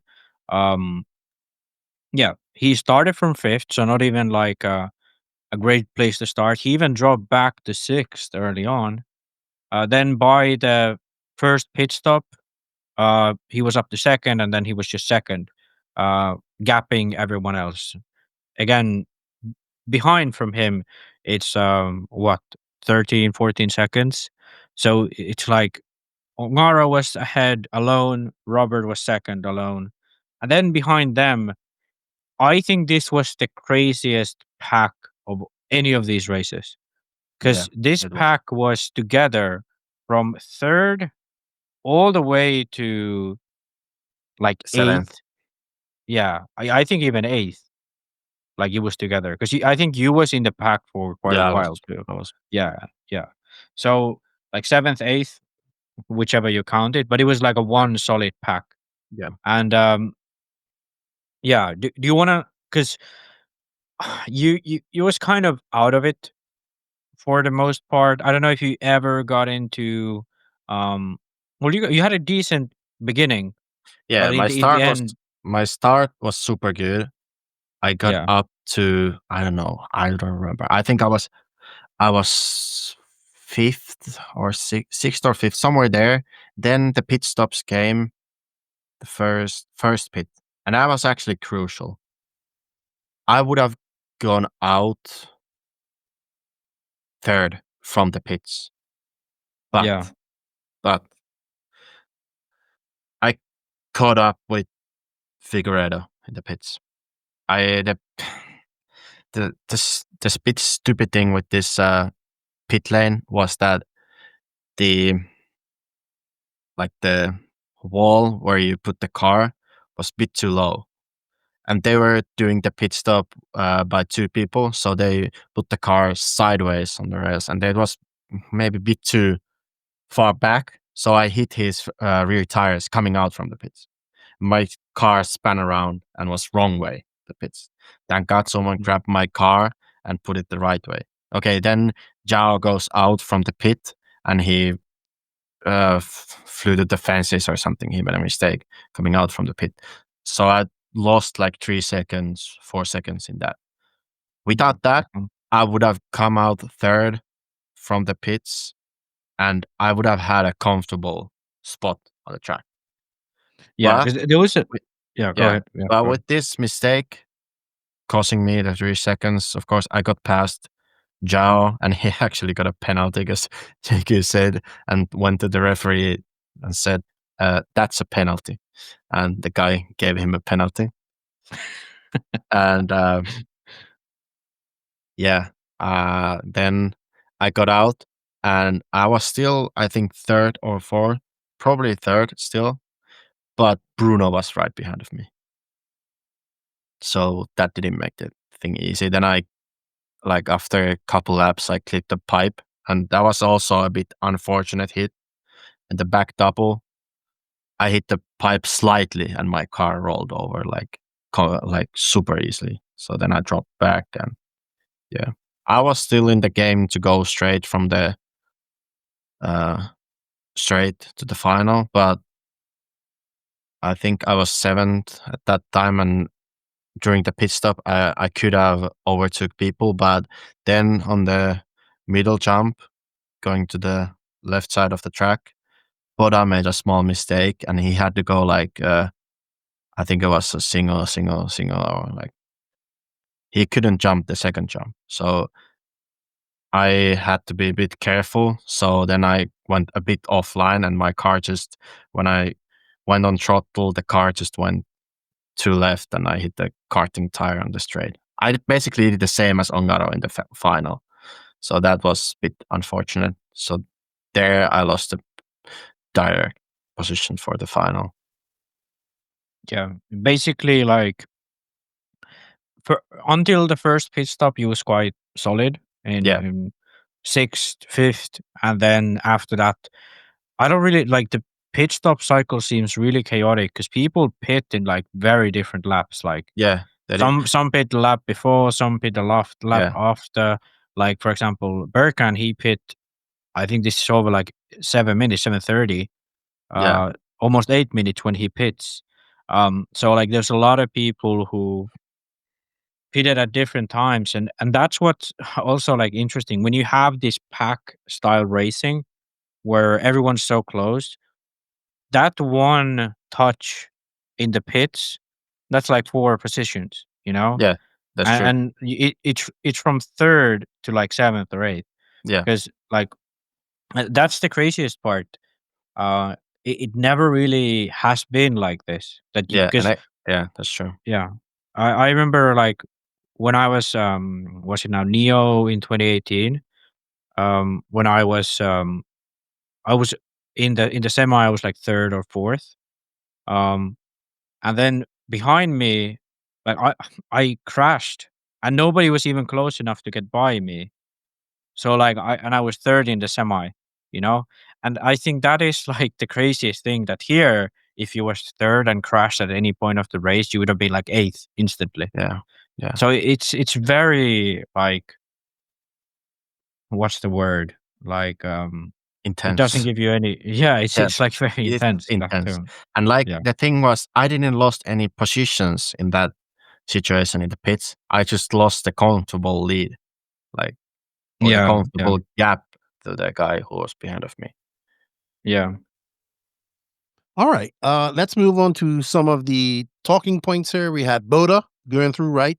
He finished 3rd, which was great for him. Robert, obviously something clicked. He was good. Tresavan and Pariente up there. I was, Pariente on no real chassis sponsor deal, driving the Mugen. Very good for the younger Parente. He's got to be about 16 now, maybe 15. And I have this video. Still a junior, so he's under 17. He was actually the junior champion. Yeah, because he was the youngest one. Yes, I know somebody else won it, but that's how they do it. It's the overall junior champion. Let's bring this video of Barkan, who was very fast all week. And this is this is part of his bad luck that he had coming into the finals. So let's add this to the screen. Oops. Sorry. So Max, you had this here. It's Tresavan, Coelho, and it's Trevisan. No, that's Tresavan. That's Barkan right in front of Trevisan. It's not Tresavan. Okay, Trevisan. Oh, there is that mistake. Yeah. So this is a great example of what we was just trying to explain. So Berkan, let me double check. He started second, had a great qualifying. He was second or third in the main, pretty much for the whole main. You know, at no point was it like, oh, he has to fight his way through the main. Yeah. And here, last lap, he's in third, and sure, he's got this one in the bag. Like from third to seventh, like that's not going to happen. Well, yes, it can because the pack is so tight. I think he cased the triple and Yeah, he did. landed on his roof. Boda, Coelho, Trevisan, and Pariente go through, and he goes from third to seventh on the last lap after 20 minutes of racing. Yeah. That must sting. Like that's crazy. Like the punishment that it gives you to make that small of a mistake in the end. Like it's crazy. And you can see his face there when they was filming him. Like, Yeah, he dude was wasn't happy. devastated. Yeah. Let's go back. I missed it. Hold on. Yeah, sure. He would be I upset think with himself. Yeah. And that was all on him too. It wasn't like Yeah. It wasn't he was any unlucky or unluck. anything. Yeah, Yeah. he made a straight up mistake. Yeah. Unfortunate That's, for yeah. But also on the flip side, that's what got Adrian Parente through. Yeah, exactly. That's he was in seventh until that moment and bumped to sixth because he got by. So and also I want to give a special shout out to Clement Boda. We gave him a lot of praise from the E-Buggy Euros, and I, at least myself, thought that okay, he's one of the young Frenchies who does well in E-Buggy. You know, Remy Bermudez beat like Ronnefalk and Coelho and all of these guys, and in Montpellier, brushless GP, what it was a few years ago, and Noah bin Mohammed, what was he, fourth at the E-Buggy Euros, and Boda made the main. But he's actually the only one of those French youngsters who's been able to transfer that electric e-buggy success to a Nitro Buggy main at the Euros. No one else. I don't think there's been nobody from France in the in the main for the past few years, apart from Savoia. Yeah, I could be wrong, but Tom Robin. when was he in the main? Ångerring 2018. Well, he was then there. Okay, but yeah, that just proves that it's been a while, and I think that's a great thing to first of all put it in the main for him, but also to put it that like comfortably. Third in the semi. What was he starting like? Seventh, eighth in the main. I think it's great for him. Sixth. He started in front of me. I think it's great for Clement. We got to see him race RCGP, and he was always considered more of a 10 scale guy, but you can see where Nitro is a whole different animal for these guys. Where E-Buggy, you got that power, you got that, they're used to that. But when it comes to Nitro, you got to drive more and you got to have more corner speed, keep that clutch engaged, keep it in the power band. And that's something that Noah and these younger guys will learn, because I truly believe E-Buggy is way easier than Nitro Buggy to drive fast right off the bat. So Nitro is a learning curve. The more that he does it, and Clement Boda has learned that, and he gets an A final out of this. And not only did he get an A final, I can't even remember where he finished, but he finished very good. He finished seventh, so just outside of that. All right. Also, Widmeyer not making it. Widmeyer not making it. Unfortunate for Mika, because he was fast all weekend. And to be honest, when you go into an LCQ, which we're going to talk about here very shortly, that's as stacked as this. It's very hard. With only one bump spot up, it's very hard to do it. Anything to touch on Semi B before we move on to the LCQ, guys? Joao. Oh, yes, Joao. I forgot to put it in the notes, but what the hell? Home track. He should be, no questions asked, he should be in the main. I mean, came apart when he got the penalty and flew out of the pits end of the pit lane. So that was the mistake he made. Yeah, it was, but that's kind of my point, that it was all him. It was mistake. Yeah. It wasn't like a technical failure. No. It wasn't anything like bad luck or whatever. It was purely on him. He basically didn't have a good enough run to make it into the main, and that's crazy. He's made And how many Euros finals actually, in a row now? Yeah, and actually, funny thing.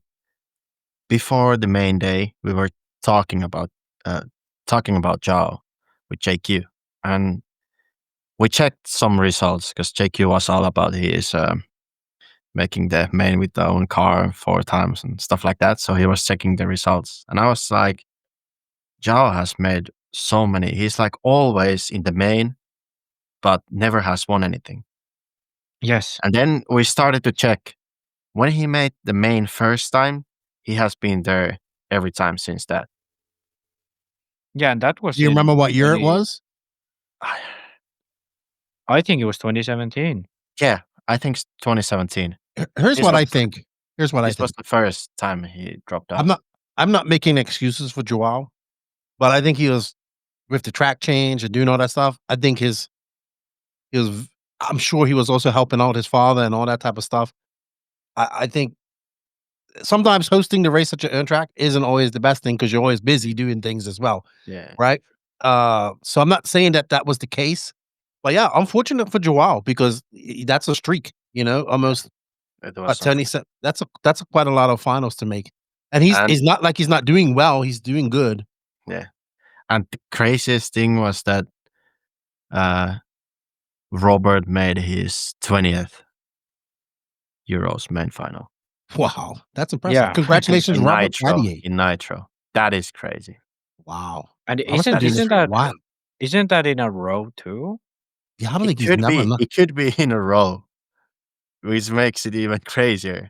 What would be a year where he didn't make it? Maybe in the early part of it. Maybe. Because he's made all of the mains 2022, 2023, 2024, 5, 19, he was in Chile, 18 at 17 he won. Sweden he won. Redovan he retired from the lead or second. 15, he was in the main. 14, that was in Germany. Did he make it in 14? Did he make it in 14? You figure it out while we move on to the last chance qualifier. You talk about last chance. That's brought to you by Techno RC. Techno RC. Techno RC is a championship-winning manufacturer of high-performance A-scale, 10-scale, nitro, and electric RC buggies and trucks. With a worldwide dealer network, USA and Europe-based headquarters, comprehensive warranty program, and global race support, Techno RC is excellence in RC. View the full lineup of Techno RC race-proven vehicles by visiting www.technorc.com. Thank you, Techno, for your continued support.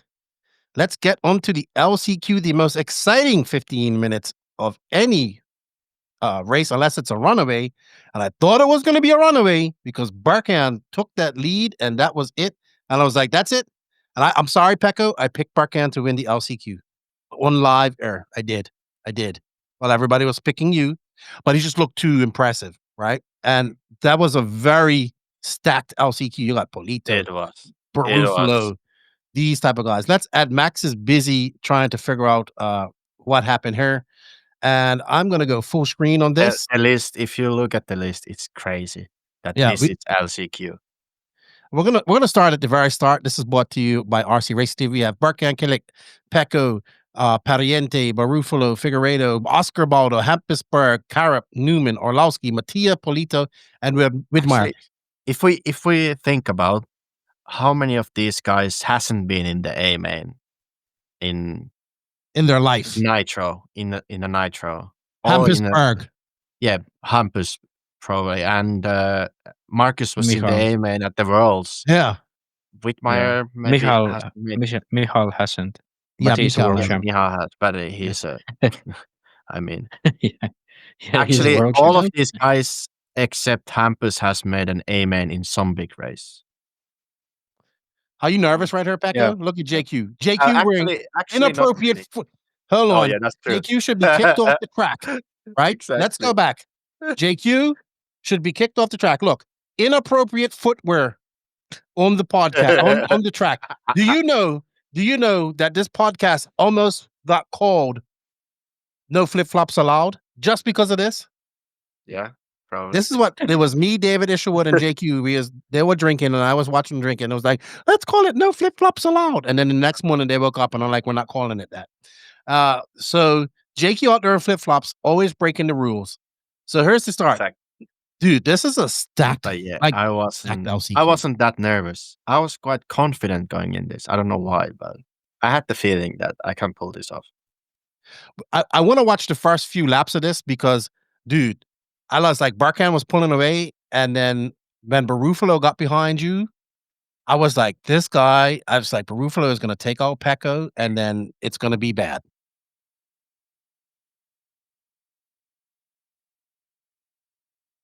You're in second here, Pekko. So what happened? You are chasing on Barkan. How do you feel right now? Are you confident? Can you catch up to Barkan? Can you race with Barkan at this point?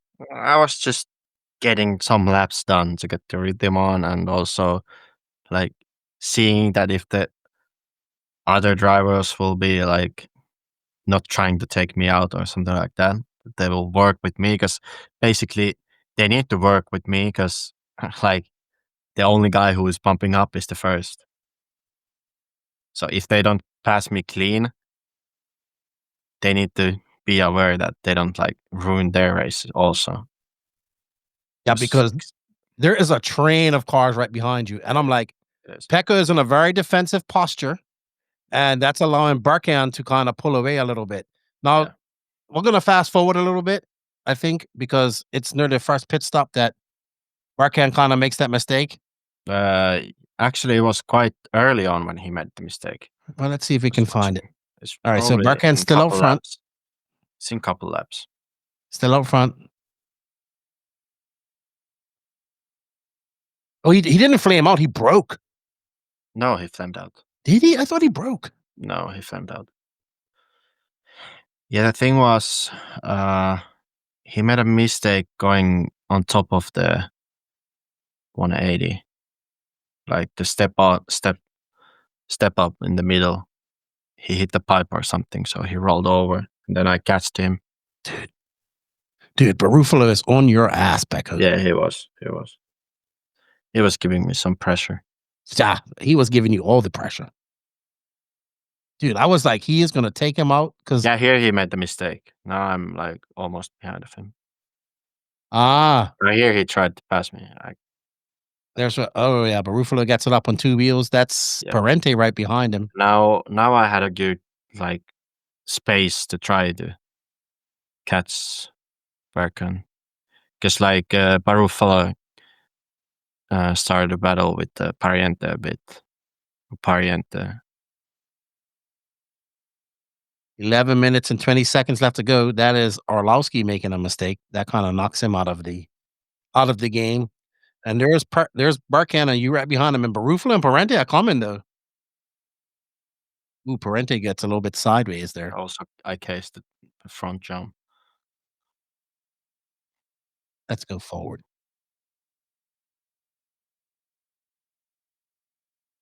All right. Barkan's still in the lead. You guys ain't coming in for pits yet. Yeah.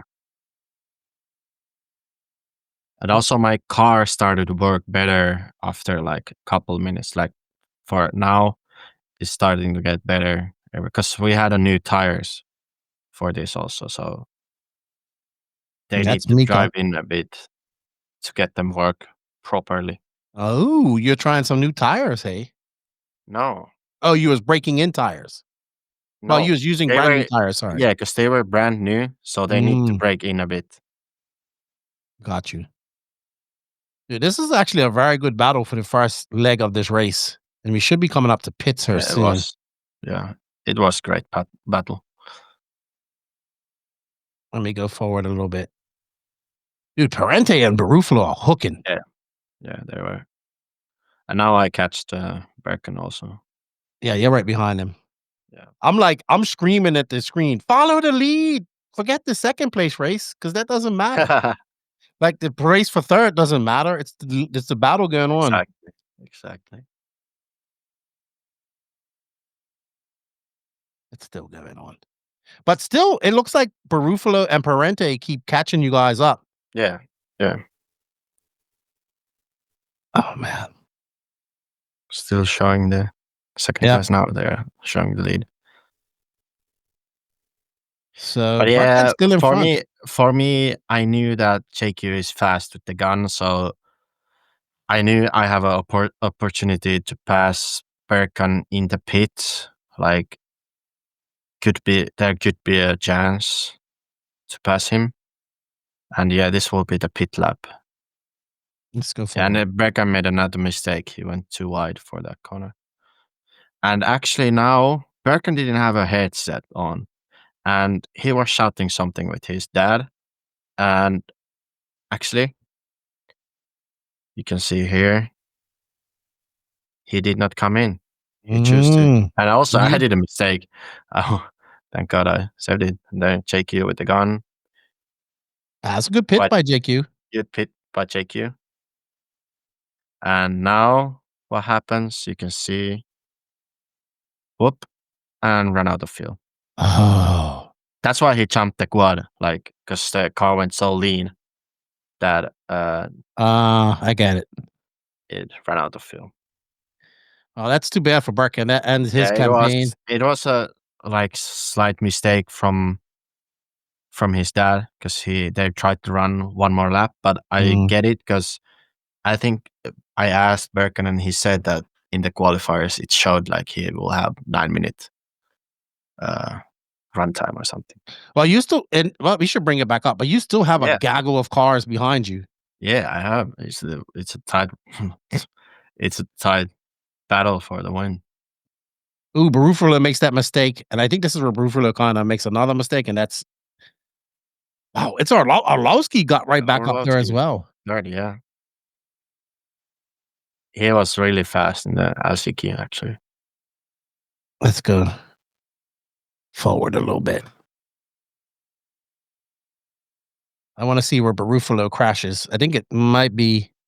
But it's good racing. It's just keep on watching it. Well, we're waiting for Max to chime in. He's too busy trying to figure out how many times Battier's made the finals in a row. I'm pretty sure about that. Yeah, I think they're all in a row. I can't find the really old ones, 2005, 2006. But I think he's been in the main every single time for the past, that's crazy, 20 years now. Dude, Barufalo and you are having a hook, dude. Yeah, exactly. And you're skipping this nice battle. Because people can go watch it. We're trying to get through the podcast. We still have a final to talk about. We can analyze this. Yeah, we can analyze this. Pekka wants to analyze his driving. Let's go. How are you not afraid that Barufalo is going to take you out? I was, but he did not take me out. Look at that, dude. Oh my God. Look at that. That was that I need to give a props. I need to give props to Degani. This is also a move learned by Degani. Because this kind of track is that you cannot really pass people like straight up. The guy in front needs to make a mistake. So basically you can control the race by yourself. And here Barufalo tried to went wide because he knew that I'm going slow into that corner. So he was trying to go outside, but then that happened to me in the semi. So when I went bit wide, that exact same thing happened, that the car just somehow lost grip and dragged me to the straight. So he did that mistake and flew the straight. And then here on out, it was quite clean for me. Smooth sailing from the smooth And actually, operator. what happened here to Michael, that all of his tires came off unglued. Really? Yeah, all of his tires came unglued, and he's a good friend of mine. He was just driving in front of people. Basically, he helped me. Some team orders going on, you saying there, Pekko? Schumacher But team orders? actually, Schumacher the team- end of this LCQ was funny because everyone was just taking everyone out. All right. Okay, Well, Per second? Yeah. And then I Well- had like 10-second lead. I was like, "What? Where did everyone disappear?"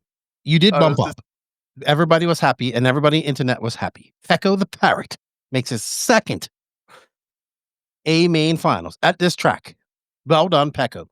Let's get into the finals, but before we do that, we have to pay some bills. Thank you to ML Toys for all your support. We greatly appreciate it. If you're a Power Wheels modification enthusiast, check out ML Toys for all your Power Wheels modification swag and stuff. Are you looking to take your ride-on car to the next level? ML Toys makes it easy with plug-and-play modifications like motors, speed and brake controls, and more. ML Toys is the one-stop shop to make your ride-on car the coolest car in the neighborhood. All right, thank you to ML Toys for all your support. Let's get into this A final. So if Pekko getting the LCQ, he starts at the very back. But Ronnefalk, it's going to be the top three up front. Ronnefalk's in fifth, so it's Ronnefalk. Sorry, it's Ongaro, Canas. Who was third? Starting third. Robert. Ongaro, Canas, Robert, Burak, Ronnefalk, Boots, Clement Boda starting seventh, and Bruno in eighth, Trevisan in ninth, and then Pariente, Navarro, David Todd, and Pekko for the field. Craziest thing is that I could almost read that thing from the final results too.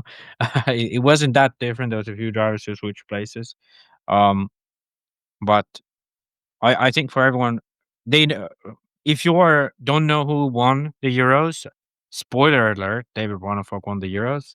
You remember last time that one guy complained that we posted the winner, so we gotta be sure for that. And that is starting from fifth. I think pretty spectacular to go from fifth to the lead early on a track like this, and then not make a mistake after that at all. I don't think Ronnefalk made a single mistake in that final. So if you go look at his laps, there's 135 lap there. Apart from that, it's all 34, 33s, which I'd say are clean laps. So Ronnefalk's, apart from his pit stops, his worst lap is 2 seconds off his best lap. So all of his laps are within 2 seconds, and most of his laps are within 1.5 seconds, or even less than that, within 1 second. So I gotta hand it to him. I was doubting him. We all know I was doubting him. Even he knows I was doubting him. But he pulled through. He pulled through. I really was thinking Angar is gonna run away with this. In the beginning, it looked like he's out front. Sure, Ronnefalk got a good start. Got by Kilics. Got by Robert. Robert got a tough start. But I have to be honest.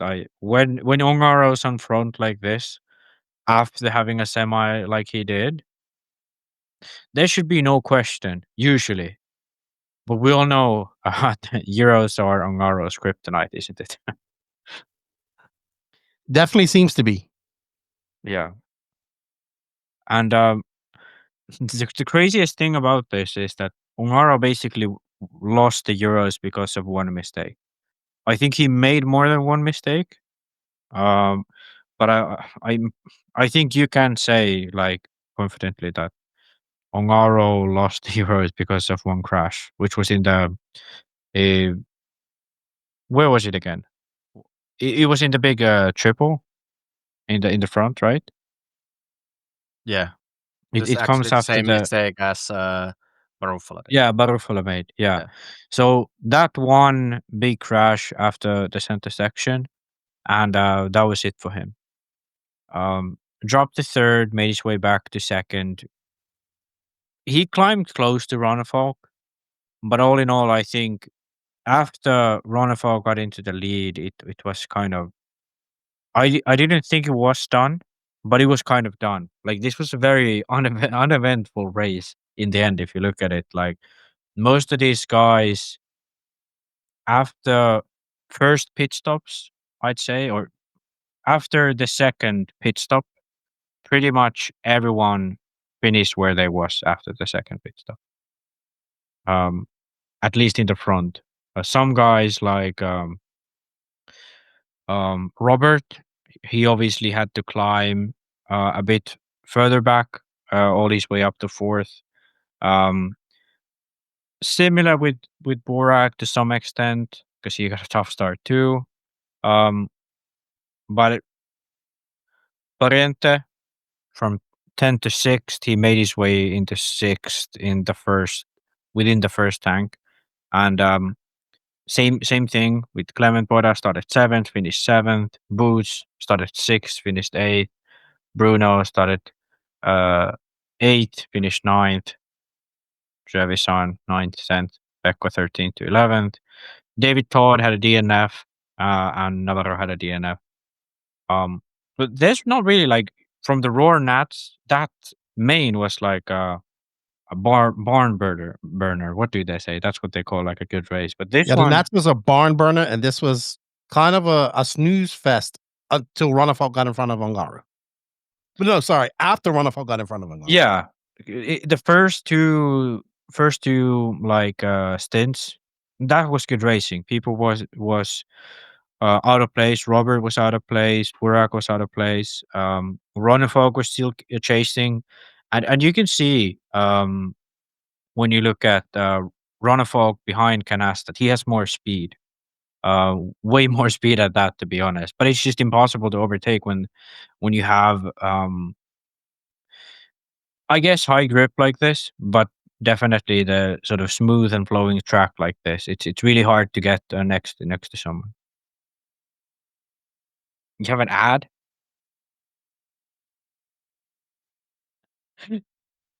Yeah. We haven't. I'm sorry, I don't have YouTube Premium, guys.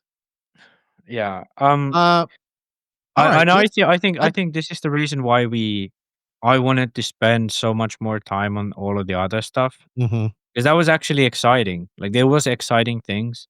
Qualifying was really exciting. The mains, all the way up to this last main, I think was exciting. But in this final, it was just like, sure, Ongara only finished 2 seconds back from David, but it's like there was not even a time where they switched positions. And I think sort of the big takeaways we can take from this is just who was fast and who was not. And I think Ronnefalk was definitely fast. I gotta say that he proves me wrong time and time again. I said he was not gonna do well before that DNC. He finished second that time last year. Was it at the Worlds? I said he was not gonna be in contention. He beat Coelho in the end. So yeah, it's wild. I think it's just the fact that he's so talented. Because it can't be his amount of practice. Didn't he say this was like his first 8-scale race of the year or something? Yep. Which is insane to think about. But the Euros is your first 8-scale race of the year. All right. Pekko, how about you? I know you're in this racing, kind of in the back of the pack. Your thoughts on this? I would say like Ronnefalk did really, really good job. He passed. I think it's coming up now. Yeah, right there. now. This is the pass. Wow, It's that's just a quick pass. Let's go back and Great see that. Yeah, but here you can see Canas made a mistake. That's the only way to pass. Yeah. Exactly. But yeah, it's actually crazy how good he drove the main.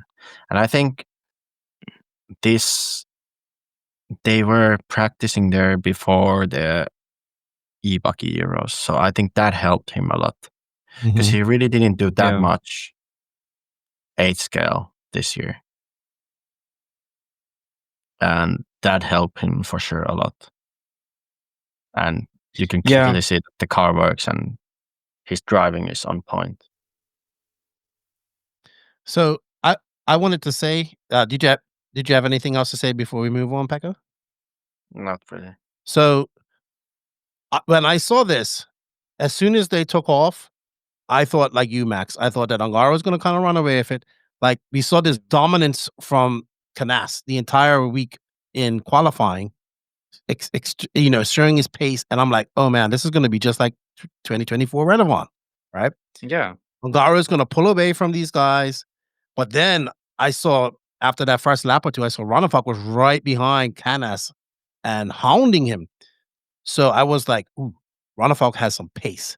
And then flashbacks of 2022 European Championships came to my brain because I was calling that race. And I was like, Ronnefalk's going to catch. If Ronnefalk can get around Canas, Ongaro is in trouble. Because then Ongaro kind of didn't pull away. I know Max's girlfriend's looking at him like, you got to go.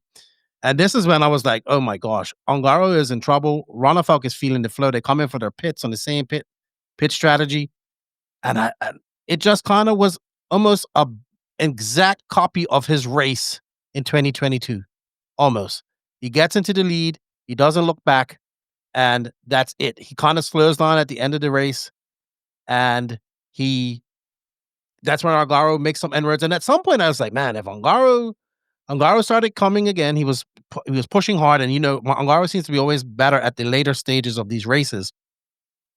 I was like, if Ronnefalk relaxes too much, Ongaro might reach up and steal this from him. But he didn't. And, dude, there we see Canas coming in for his fuel stop. He came in a lap after this, guys. But I think Canas is just out of it at this point, right?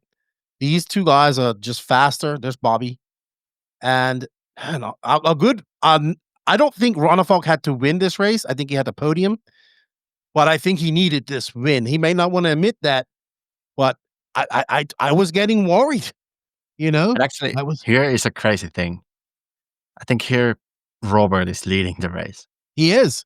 Yeah, because he went for... I think did he go for 9 minutes or did he try just under 9? It's not just enough. under 9. Yeah, not enough. Yeah. There's Robert and it's crazy.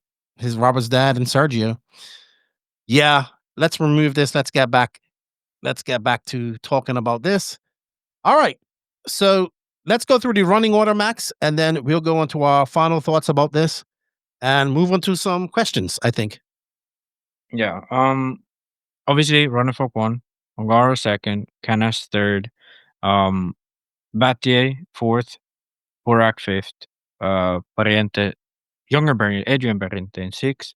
Great run for him, by the way. 6th is that's Absolutely. like a respectable result. Absolutely. Clement Boda 7th, same thing for him. Boots in 8th. Maybe yeah. It's not like a terrible, but it's not great. It's definitely not great. Coilho, same thing. It's not terrible. First Euros with that car. But we're going to talk about that. Yeah. I have a theory. Okay. I love that. Trevisan 10th, Pekko 11th, David Todd, and Oscar Navarro running onto field. Yeah, to be honest, like no surprises, except for that Ronnefalk actually ended up winning. I didn't expect it. I said before, I don't expect him to win. I don't expect him to do well even. But can he beat this track, dude? What is it? And he doesn't like these tracks. He'll tell you he doesn't like them.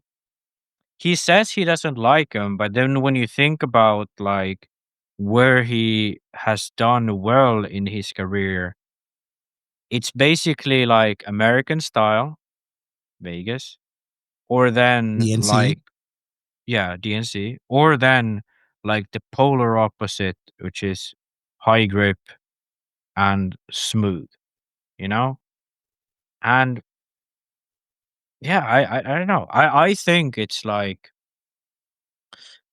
Yeah, I think there's something to that, but I can't tell what it is. Right. that is. Pekka, your final thoughts on the finishing order? Well, how about you? How do you feel you could have done better? What could you have done better to place better for yourself? I think I just had too many mistakes in the final. And again, I was on a bad spot at the track. Like, for example, again in the final, I think Boda had a really good start. He had really good position, like throughout the race. So that's basically what carried him to be 7 in the race. Or did he was 6th or 7th? 7th. Yeah, 7th. 7th, yeah. So yeah, that was again an important part. Like, I think I was racing quite long with Bruno and Trevisan and Navarro. I have a question for you, Pekka. Do you feel the on-road racing that Ronnefalk has been doing has benefited him at this track as well? Because that pass on Canas, even though he made a mistake, was a very beautiful high speed to a 30-degree corner. Beautiful pass. Do you think it's helped him any?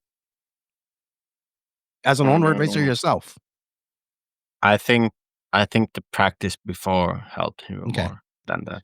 Okay, that makes sense. I want to give some flowers to some people real quick. I want to first give some flowers to David Todd. I am very impressed with David. First, I want to give some flowers to you, Pekka. Congratulations on making the final for the second at this race, doing it the hard way, becoming one of the most popular racers in the world. You need to get that logo of the parrot on your car from here on out.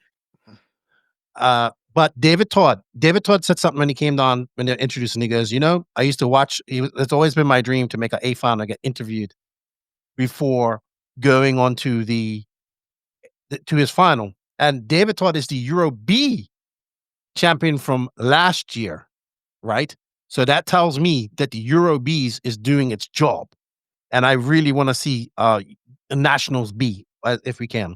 So much flowers to him. I'm going to give some flowers to Trevisan, even though it's your nemesis. Adrian Parente, 15 years old, making it over his brother. No chassis sponsor, no real support. We're dynamic. I don't understand why they left Techno and whatnot. Clement Boda, who may not be, I think we need to say that Clement Boda is probably going to be a name that we see in these finals, in other races as well. Robert, finishing 4th as well. And I think the people that go out of this race most disappointed are the Canas. Maybe not Ongaro to an extent, but yes, he wants to get that Euro Nitro Buggy monkey off his back. Boots as well, not having a good run. Navarro, probably just happy to be there. Good for him. And then, of course, we talked about the people like Polito and those guys who aren't in this final. But I think my theory is that with Ronnefalk, I was getting worried because when he didn't go to DNC, I thought that, Xray is just trying to turn Ronnefalk into an on-road 10-scale guy and a 10-scale off-road guy and let Fenn deal with all the races over in the USA and whatnot. And I was getting worried, and I was having my doubts about the Viking.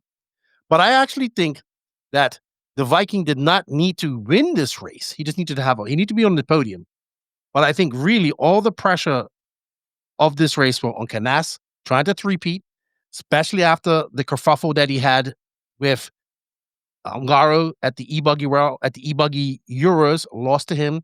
Then if you go back even more to 2024 at Redovan, when Canas was so fast and Pip to win, and then Ongaro demolished the field. So it was a lot of pressure on Canas.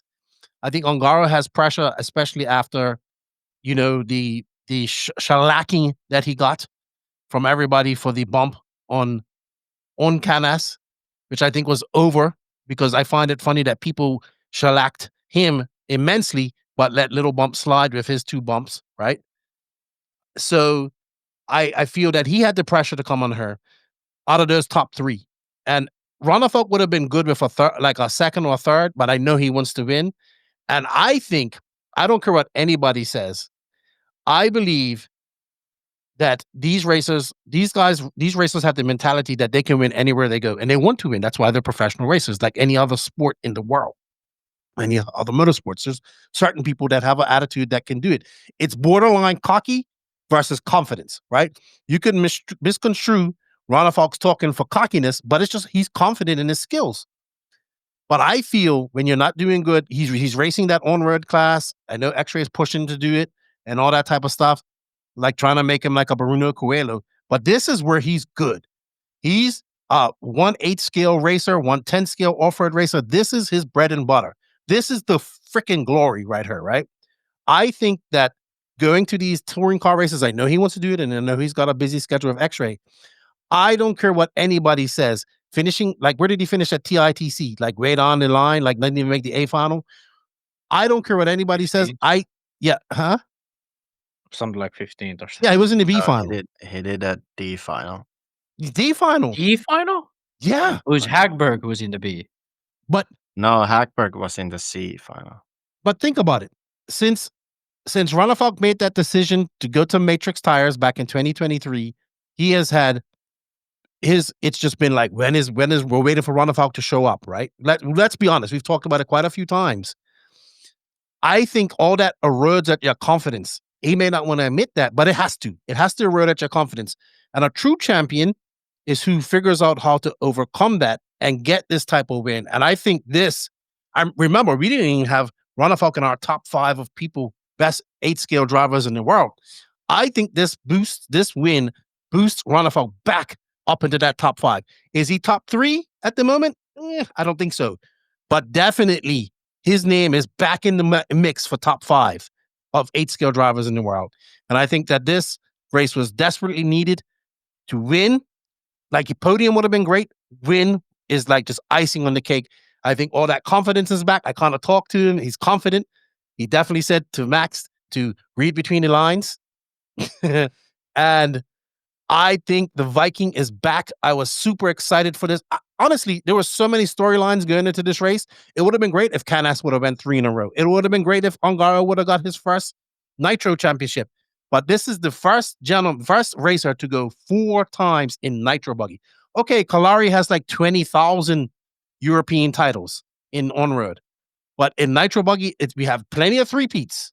Robert, Savoya, and Ronnefalk was one for the longest while. First 4-time European champion. Great accomplishment for Ronnefalk. I'm happy for him. He's back. And I talked to him. As we're recording this, he's going off to Sydney to practice for the 10-scale Worlds. But here's something that we didn't even look at. Xray has won the Nationals. They've now won the Euros. We have the E-Buggy Worlds coming up here in another month and a half. Potentially they can win that. Very much so. And let's not forget, they have the 10-scale Worlds coming up in September, late October. And look who just won the Nationals at the host track of the Worlds in 2026. Can Xray go for the fucking sweep? It's possible for the first time ever. Now that you brought it up, I think it's the most likely it's ever been that Xray gets. They are reigning touring car champions too. So going into 2026, it's possible that they are reigning everything champions. Except for Nitro Buggy, which is happening in 2026. Winning on-road worlds in 2026 will be, I'd say, impossible for Xray with this lineup, unfortunately, but it will, in my opinion. But everything else, I think, is like possible. Up for grabs. Yeah, very much possible. And I didn't even think about that, but that is an incredibly good point. That it's not. I mean, I'd say with this field of drivers that they have, like, Schimmel's been doing great. Sontag surprises once in a while. Lemieux has been good.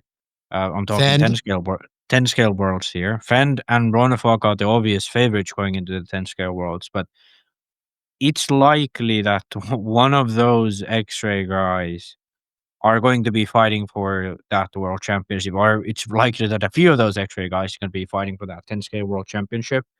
And the E-Buggy Worlds, like, if Ronnefalk can win in Nitro, why couldn't he in E-Buggy?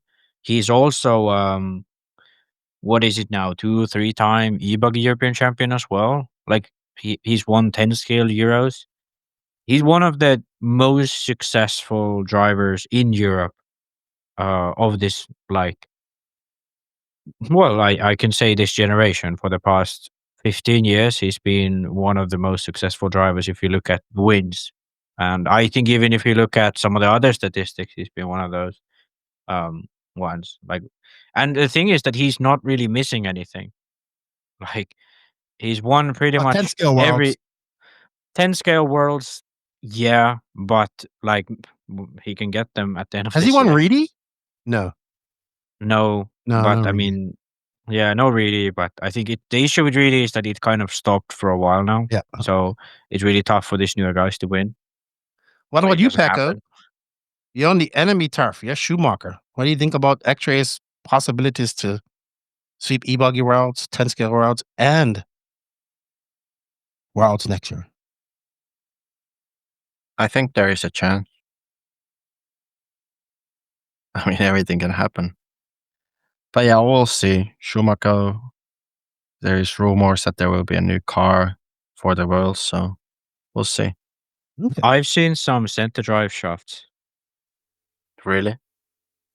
I have. Ooh, so no belts. No belts. Interesting. But we'll save that for another day. We're not going to get into 10 scale stuff. Let's move on to the Clinic RC and Sidewinder Fuels winners and losers. Just Clinic RC. Well, we're doing both. So we have Max has winners, Xray, Mugen, Hot Race, Team Associated. I can't argue with that. You have J Concepts as a loser because I get it. They did get a TQ and they get a third, but we would have thought that they would have won. Okay, listen to this. I have another loser to add to that. Yeah, I mean we can go on to that. J Concepts. The reason is not that they finished third at the Euros, they suck. No, it's not a loser like that. But it's like a trend. It's a trend chart. Okay. J Concept signs the dominant European champion of 2023 on their team, wins on their first try on European soil first try with this driver. They tried with David, but first try with Canas. They have a really fast tire at the Euros. They have a really fast tire at the Worlds. They, like in America, like if you go there, there's not even really point to run any other tire than J Concept at the moment. I don't know if the nationals, the hot race probably was good because like Lemieux and guys did well, but still J Concept swept the nationals. I think they even swept the top 3 apart from Lemieux. I could be wrong about that. I just from the top of my head, but yeah, they are pretty much the dominant tire and have been the dominant tire apart from Southern Europe. And if in Finland we ran like not a controlled tire, I ran J Concepts. You know, I think it's objectively the best tire right now on all across the world. But the point is that this is the time where I think J Concepts was the 3rd best tire, 4th best tire, even if we go that far. Sismic was good in the final. The Sismic was the 2nd most used tire. Hot Race was the most used tire, most successful one. And even that, like when Ongaro finishes 15 seconds, even more, almost 20 seconds ahead of Canas, and both have a relatively clean race. To me, you know, that's something that Canas is like, something's holding Canas back, basically. So I think this is sort of the first.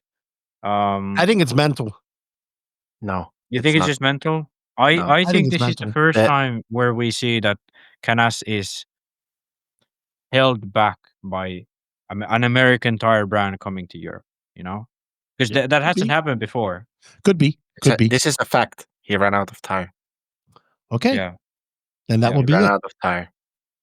Could that be also from his very aggressive driving style, though? No, he ran out of tire. What about Burak Kilic? Yeah. I don't know, man. I think they're about equal. No, they are not. No. In aggressiveness? Really? No. Okay, Burak is very uber aggressive. Yeah. That just shows that J Concepts has to do some work, and that's the point of having it. It's no different that if Hot Race comes over to America, they have to do work to get up to speed. Yeah, exactly. So it's no difference. And but I mean, the point of this was that this was sort of like the first, because the thing I do this winners and losers list for every race. J Concepts has always been in the winner bracket since majority I've done in American races. Yeah, because they win every time, so they're always in winners list. But this is the first time where I can actually say it's not the winner tire. It is not. And actually, the same happened last year at the Euros. He ran out of tire, but there was no one else to challenge him. He had he was so much faster. Yeah. But I have think to work on their compounds for these type of tracks. Yeah, they did introduce. They basically brought back the stiffer of the clay compounds, and additionally they brought. They have now like gold 2s and gold 3s or whatnot. I don't really know what they're called, but they brought even new clay compounds to be faster. It could also be that he ran clay, but he should have ran like aquas or something. But then again, I don't know if those really work here in Europe. I think he was actually running clay quite early on, already from the qualifier. Yeah. Yeah, that was the same thing at the Worlds. Like pretty much all of the associated, all of the J Concepts guys went to clay. I'd say first. Yeah. Of anyone, and they kind of waited for the clays to start to work. And the issue they have with the clays is they don't really last. So that's something they have to balance. And I think coming into even Thornhill next year, I think that's going to be something that if they put like glue on it, I don't know what they put this time. They did put something. I saw some people like post about it on the Discord at least, that they did put something on the track at Thornhill. If they put more of it, is that gonna give Hot Race a chance to get their first World's title? Maybe. You shall see. Well, congratulations to Hot Race. They got the European title. They got another European title, as well as Xray. Kyosho, I would say yes. I'm moving on because I want to get to the questions and I want to try to get through this before 3 hours max. Kyosho, definitely a loser in this because no Kyoshos in the final. And I would add Techno. There were no Technos in the final because Joao or Adrian did not make it. And those were the two best chances to make it. Daniel. Yeah. You have Schmedium Infinity. I would give it that. I have a theory about Coelho. I'll talk about that when we get into drivers. So we're in agreement. Techno, Kyosho, J Concepts losers, Schmedium Infinity. We're good with that, right? So I can move on to drivers. Winners, all the new faces. I 100% agree with that. Seeing the new faces in there is good. Robert as well. Ronnefalk. Both winners and that in that sense. Losers, Polito not making the final. Like we was just praising Polito, how good he is. Figueiredo too, unfortunate for him, breaking a streak of making finals. And Canas, disappointing because he showed such promising pace and was looking for that 3 in a row. And I don't think that's been done, like 3 in a row. So it has. It has. Did Savoia do it? Yeah, Savoia did it. Okay, so Savoia did it, trying to break a record. And when you do things like that, a streak, you have to start all over, right? Yeah. So he has time. He has time. And Schmedium is Boots and Burak. I would have these two almost in loser side of the I was final. considering it. I was considering because it's no offense to them, but okay, Boots is a little older, got a family. He has a little bit of excuse, but he's kind of not lived up to what he was doing last year or the last couple years. But Burak should be on the podium of these races by now. He should be. And I would add Barkan as a loser too for not making his final. Yeah. Because he was so fast. So I don't know what Burak has to do to win these races, but he's kind of been in this position for quite some time now. And he's been doing this for a long time. When are the Kilics going to win one of these, right? So it's like medium loser, I would say. I don't want to be hard on him, but Barkan was for my opinion, was the more impressive Kilic this weekend. I know he didn't make it, but it seemed like I always saw Barkan. He was fast. He was always up there on pace. So I would have that. And I'm going to, you know who I'm going to add to this? I'm going to add to this list as a loser is Coelho. And here's why. As a driver, yeah. As a driver. And here's why. Coelho is, look, this is nothing against him or his team. I know, like, his team, Infinity, or his mechanics, because I know him personally and all this stuff. It's nothing to do with them. But it is something to do with a manufacturer that I feel they take 8-scale off-road serious, but their passion is 8-scale on-road, right? And touring car. And that's where they're good at. They came into those brand. They came into, I know Pekka's an Infinity driver, so I don't want to get him in trouble. They came into those classes. They bought all the fast racers and they dominated, right? Smaller market, smaller group of racing, but at 8-scale, it's not that easy, right? So, but anyway, segueing back to Coelho had the whole Xray wants to win everything, right? And they take off-road extremely serious. And he had a whole off-road setup. And I mean setup, Martin Bayer, everybody working towards Coelho doing well at that race, right? Coming there. I'm not saying he just showed up and drove. He still had to drive. He still had to do things, but he does not have that Infinity. Now, when he goes to on-road and goes to a 8-scale Nitro racing race, you'll have that, right? But not an 8-scale off-road. And I think you saw that. It's not that his mechanics weren't good or anything like that. He just does not have the support that he had at Xray, where he shows up, he has all these fast drivers driving the cars, testing. Like, let's be honest, Hagberg used to test a lot for Coelho in touring car to give him setups and all that type of stuff. And then you have Martin Bayer out there testing, doing stuff, because Martin Bayer is no joke. But now with Coelho going to Infinity, Ronnefalk benefits from that now, right? Yeah. And I think, and we had Coelho, like, he's done well here. This is his home track, not home track, but home country. Yeah. You get what I'm saying? His type of track, smooth, high grip, all this type of stuff. And him finishing, I think it was 8th? Yeah, he was 8th? Way back. Like, not even on he had one glimmer of brilliance. Like, one glimmer of brilliance the entire week, that second. Right? And he could have qualified. I'm not saying that he's not a good driver and he can't do well at this. I just don't saying he doesn't have the same support that he had, which allowed him to do so much multiple classes and do well in them. And I think if he tries to go do 10-scale off-road, we're going to see the exact same thing happen. Not because he doesn't have the skill, but he doesn't have the support in order to transition between those classes so rapidly and so fluidly that he has done over the last few years. And that's what I think. That's why I would have Coelho down as a loser in this, because he went from that Xray support system, helping him out to get ready and dialed in, to he doesn't have that no more. You don't have a whole bunch of fast racers driving off-road. Now, of course, when we go to 8, like I said, 8-scale on-road, it's going to be a different story. So that's my theory on Coelho. I think that's the thing, that for the for the e-buggy Euros, I think what happened was that the track was low grip. Infinity car usually works pretty well on like lower grip. It's not low grip, but lower grip. Mm-hmm. Like Berton always been fast on lower grip. They tested in Padova a lot, which is quite slippery. They know how to make that car work on that type of surface. And I think they were ready for that, and that's why it went so well.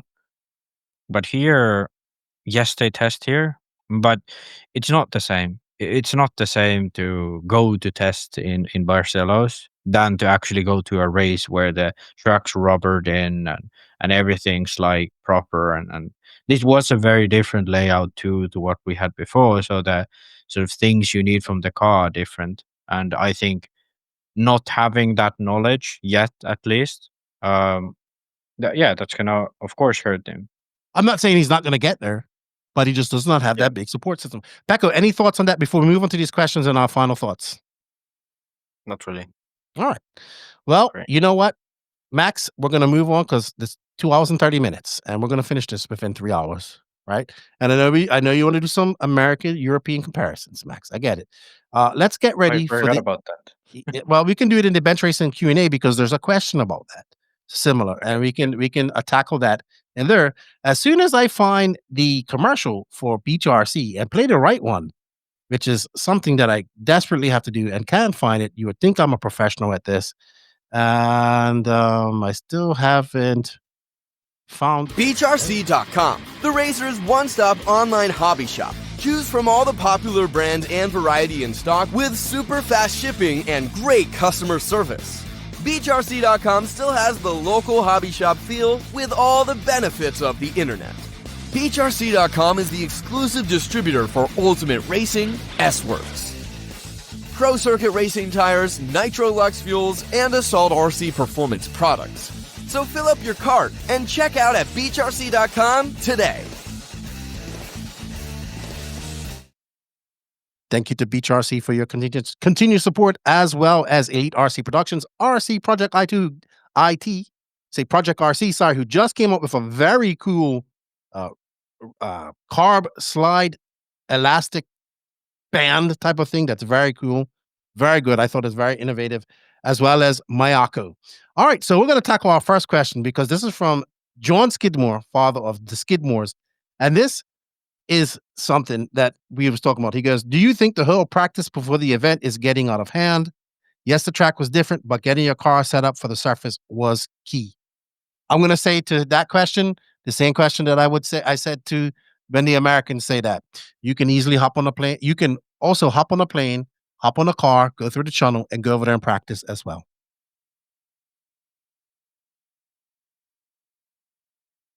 Yeah.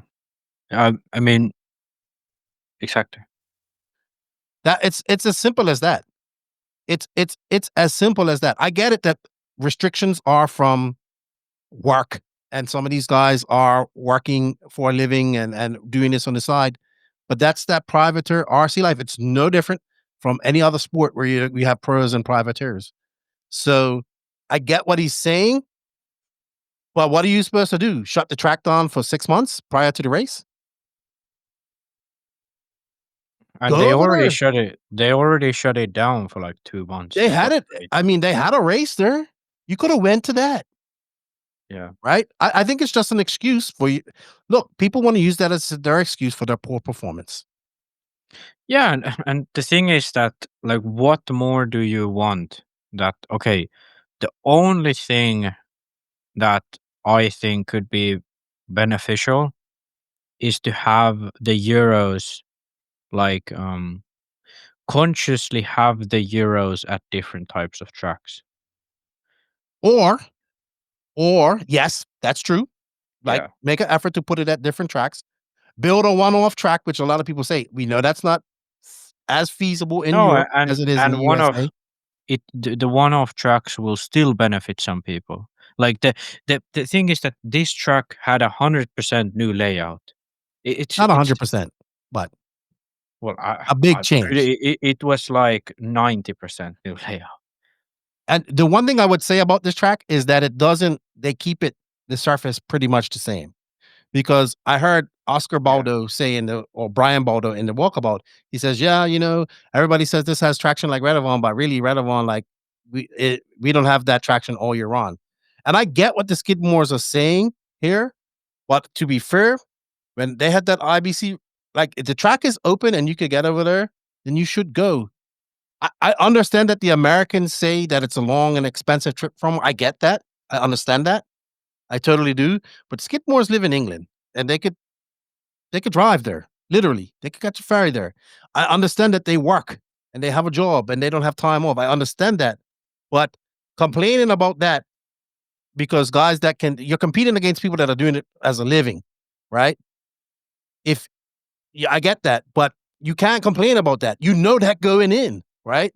It's like, come on, I get it.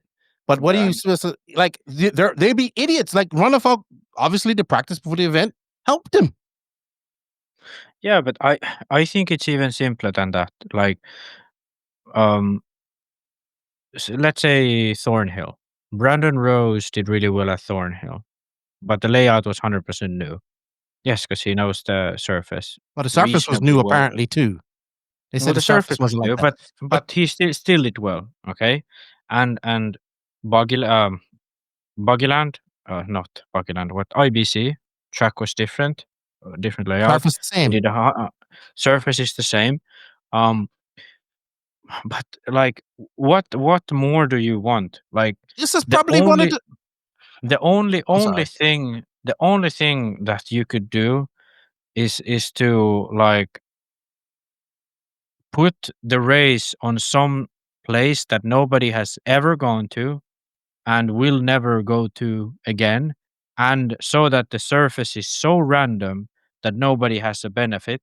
But even then, that one guy who practices on his backyard running over old flacks of wood will have an advantage because he's used to running on those pieces of shit. Like, the reason why Kyosho is so good in like rough conditions is because Kanai basically builds the car in a fucking junkyard. Have you seen those fucking tracks that guy practices on? No wonder the car's not that good when it's like basically like glued or oil tracks. Because the fucking dude practices on a scrapyard and tests the car in a scrapyard. And like this conversation to me is like insane. The only thing you can say is, could we like have lower grip rough tracks once in a while or smoother tracks once in a while, and let's do something equally different. like Yeah, I agree. Equally, like we consciously make the effort to pick different tracks like that. That's the only argument I'm like fine with accepting, that they should do more of the different ones. But the thing is, even if next year we would go to Eskilstuna, which was like that was a junkyard track, why Kyosho was really good there. It's not a bad place, but it was fucking bumpy. You're talking about 2017 national yours? That was a beautiful track. It was huge. Yeah, but the surface was a fucking right, like the moon. Yes. Yeah. So my point is that even if we go there next year, then the Southern Europeans are if they had the same attitude, they can complain that, oh, do we have to fly to Northern Europe to practice to make good at the Euros? It changes, Back in the day, it was different. Like Fairing in 2012, Reims in 2013. Yeah, it was much different surfaces. Yeah, also fucking like, yes, it always benefits someone. Sure, now we have had all the Euros post-COVID have been on high grip tracks in Southern Europe. And yes, it does help the Southern Europeans more because, it's high grip Southern Europe. That's what they do. But it's not an excuse till the end of everything. That what if we went to UK? Could we then say that, oh fuck, we should never the go oil to tracks? UK? Yeah. Yeah, they I have just race another oil tracks. I have another point, and then we'll let Pekko talk. Sorry, Pekko. The fucking surface is the same it's been as it was in 2022. Yeah. You're doing the same things that you was doing in 2022, if I'm not mistaken, running the same tires, all that type of stuff. So you know what it's like. And you know what? The Americans, and I'm not saying the Americans and Brandon Rose would be silly not to go to Thornhill as much as they can between now and 2026, just to practice as much as they can and get used to everything. Because that's what they should be doing. And the Europeans need to get up, go and do the same freaking thing and go over there and practice on the track and get all that type of stuff. Of course, right? But when I see that from Skidmore, and I've learned to like the Skidmores here lately, and I like them. They're impressive. It's not the excuse, man. It's not the excuse to use. You know what this track's like. You know the surface is the same every year, right? It's not like Redovon where you got thrown for a loop and the surface was different, right? That was a big thing. People don't understand the surface of Redovon was way different from what it was in 2022. All right, Pekka, give me your thoughts. About the practice thing? I think it's okay. You don't have to agree with us. Like, thing about this practice, like someone is complaining that they cannot do practice on this kind of track. That is like, I think that's a bit stupid, like thinking the situation that we here in Finland are. Yeah. Because basically, like, for example, UK, they have tracks. It's not that expensive to go to France or something like that. In Finland, okay, we did, like, last year, the guys in Estonia made a nice track. So now we have a really, really good track.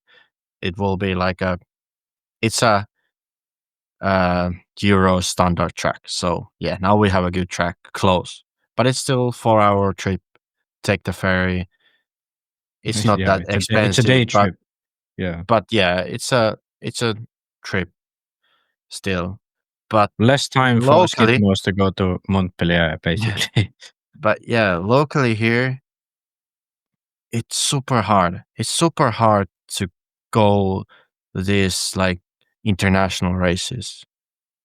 Like probably the tracks here are closer to DNC than anything else in Europe.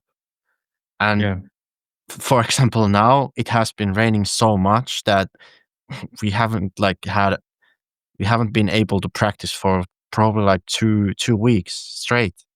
Yeah. It's just, and the summer here is like what, 2 months, 2-3 months you can actually do running. Like, come on. And then you are saying, and he was in the main. Practice. Yeah. Pekko was in the main. That guy. I get it. And I feel for the Skidmores, right? Because they're a privateer working full-time, like working a full-time job and racing. I get it. You can't get as much practice as the other guy. I get that also too. But still they have tracks and close. They can run super long. I think they can run like what, 5 months almost. Yeah. Yeah, and they have this old track, so they don't go that bad during like rain or something. So just like, I agree. I get it. Look, I get it. I feel for him. Trying to it's no different from any other sport. Like it's like the privateer motocross guys trying to compete with the guys who are like. I get it. In this case, I understand their problem. Right? I know they have to get time off. They have to go over there. I understand that there, but they could have went over there too and got some practice. Like took a weekend. They could have went to the IBC race, right? Or they could have been going to the home track or something. Maybe. I don't know if it's a similar, but you know what I mean.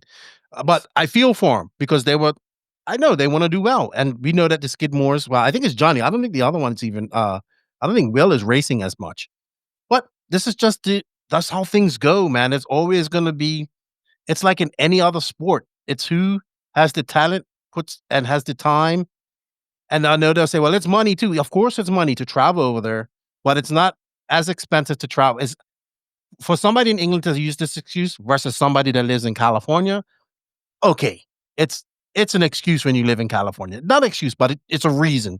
It's a reason in England too, but you can easily go over there as well. All right, let's move on because we have one more question that's going to probably give us a 10-minute conversation. And that was from Slowest Fast RC podcast. Check them out. My buddy Taylor DeLosa and Alec, Mr. Schultz. And he asks, was this track layout too easy? What things from the event would you like to see improved? And this is how we can segue into the Nationals track versus the Euros track. And I'm going to let you start this off, Pekko, because you're the only one that's been out of both of us. You're the only one that's out of all three of us. You're the only one that's been to both and driven. Well, he's the only one I think in the world who has driven on both. Yeah, that's true. Else. Actually, yeah, that's probably so he's the only one who can answer this question. Everybody pay homage to the parrot. Bring him, bring him some fruit and bird seed. Yeah, and some sticks. There is like, at this point, you basically cannot just look at the track. Like, is the track too easy to drive? You need to look at the whole picture. In US, I think the racing wasn't like that close, and you can get away with one mistake or something like that. And the track was quite technical, but it wasn't that hard. Like, you can run a 10-minute qualifier without mistakes, probably quite easily. But also the driving line was super narrow, so that made it also harder. So I think the track in US was a bit harder to drive for sure, but when the track was a bit harder to drive, it allows for mistakes to happen, small mistakes to happen. Like, for example, you clip a pipe, it's not that big of a deal. Okay. Then we go to the Euros track. You need, first of all, if your car is not even near the setup window, what it needs to be, you will have bad time. It will be super hard to drive, and for sure the track feels super hard because you basically can grip roll every corner or hit the pipe and roll, and it will be hard. So when you have the setup, I think in the US you can get away with not that perfect setup, but at the track in Euros, you need to really have the really, really good setup to be consistent and be on the pace. Then the track layout wasn't that hard, and the jumps were a bit hard because they had weird timing, I would say. So that made it harder. But now, if you do it even small, if you hit the pipe on this track, you can lose 2 positions. If you don't do a mistake, but you have a bit slower lap, you can lose 5 positions. That makes it hard. You cannot. It gives you have so much pressure. You cannot do single mistake, even a small one. You cannot do because that probably can lose you 2, 3, maybe even 4 spots. It's like there can be 4 guys in 2 tenths, and that what is makes it hard, and that's why you really cannot compare that which track is easier and which one is harder. If we don't look at the lap times or anything, if we don't look at, we just look at the layouts and jumps and all that stuff, I think the track in Thornhill was harder. But when we are looking the big picture, I think it's quite similar. Go ahead, Max. Yeah. Give your thoughts on that synopsis by. Yeah, no, Pekka? I think exactly the difference between these guys is crazy because if you look at the results from the Euros, as we said before, Ronnefalk made 1 mistake in the main, and yes, we can say that it's probably easier to make a mistake in Thornhill, but the thing is that you don't have to push us hard to really be where you should be, that kind of thing, because everyone is in the same boat. And I think the big difference in that is all of the drivers kind of agree to that because everyone makes those mistakes. So everyone is like, hey, let's just make mistakes. So then you always get this hey, I can just wait around for the guy in front to make a mistake so I can catch up. And it takes someone like Canas going over like he did last year, where that mistake doesn't come. He doesn't make that one mistake that is going to let the guy Silver State. come to you. Silver State was one. On a track that had lots of mistakes. Yeah. But I'm going to sum this up. I know what you're saying. Yeah. But I think people sure, yes, it's easy to drive around this track, but to drive around this track fast, that's the tough part. And I think that's what people really don't understand, that usually it's more straining and you're more likely to make a mistake when you're driving at your actual pace on a track like this rather than someone like Thornhill. And that's the thing that it's hard to explain, but I think that's what makes the difference why Europeans make less mistakes also when it comes to tracks like Thornhill. or DNC or whatever. Like they very rarely make a mistake because they're used to driving so that they don't make one, and they have that mindset. You said Yeah, and exactly just what I was thinking. yeah, and just looking at these results, so from first to 10th, it's 2 laps. 2-lap difference from first to 10th, over 45 minutes. Roar Nats, yes, it's 1 hour, but from first to 5th, it's 2 laps. And first to 10th, it's 4 laps. Okay, that doesn't happen in 50 minutes, you know?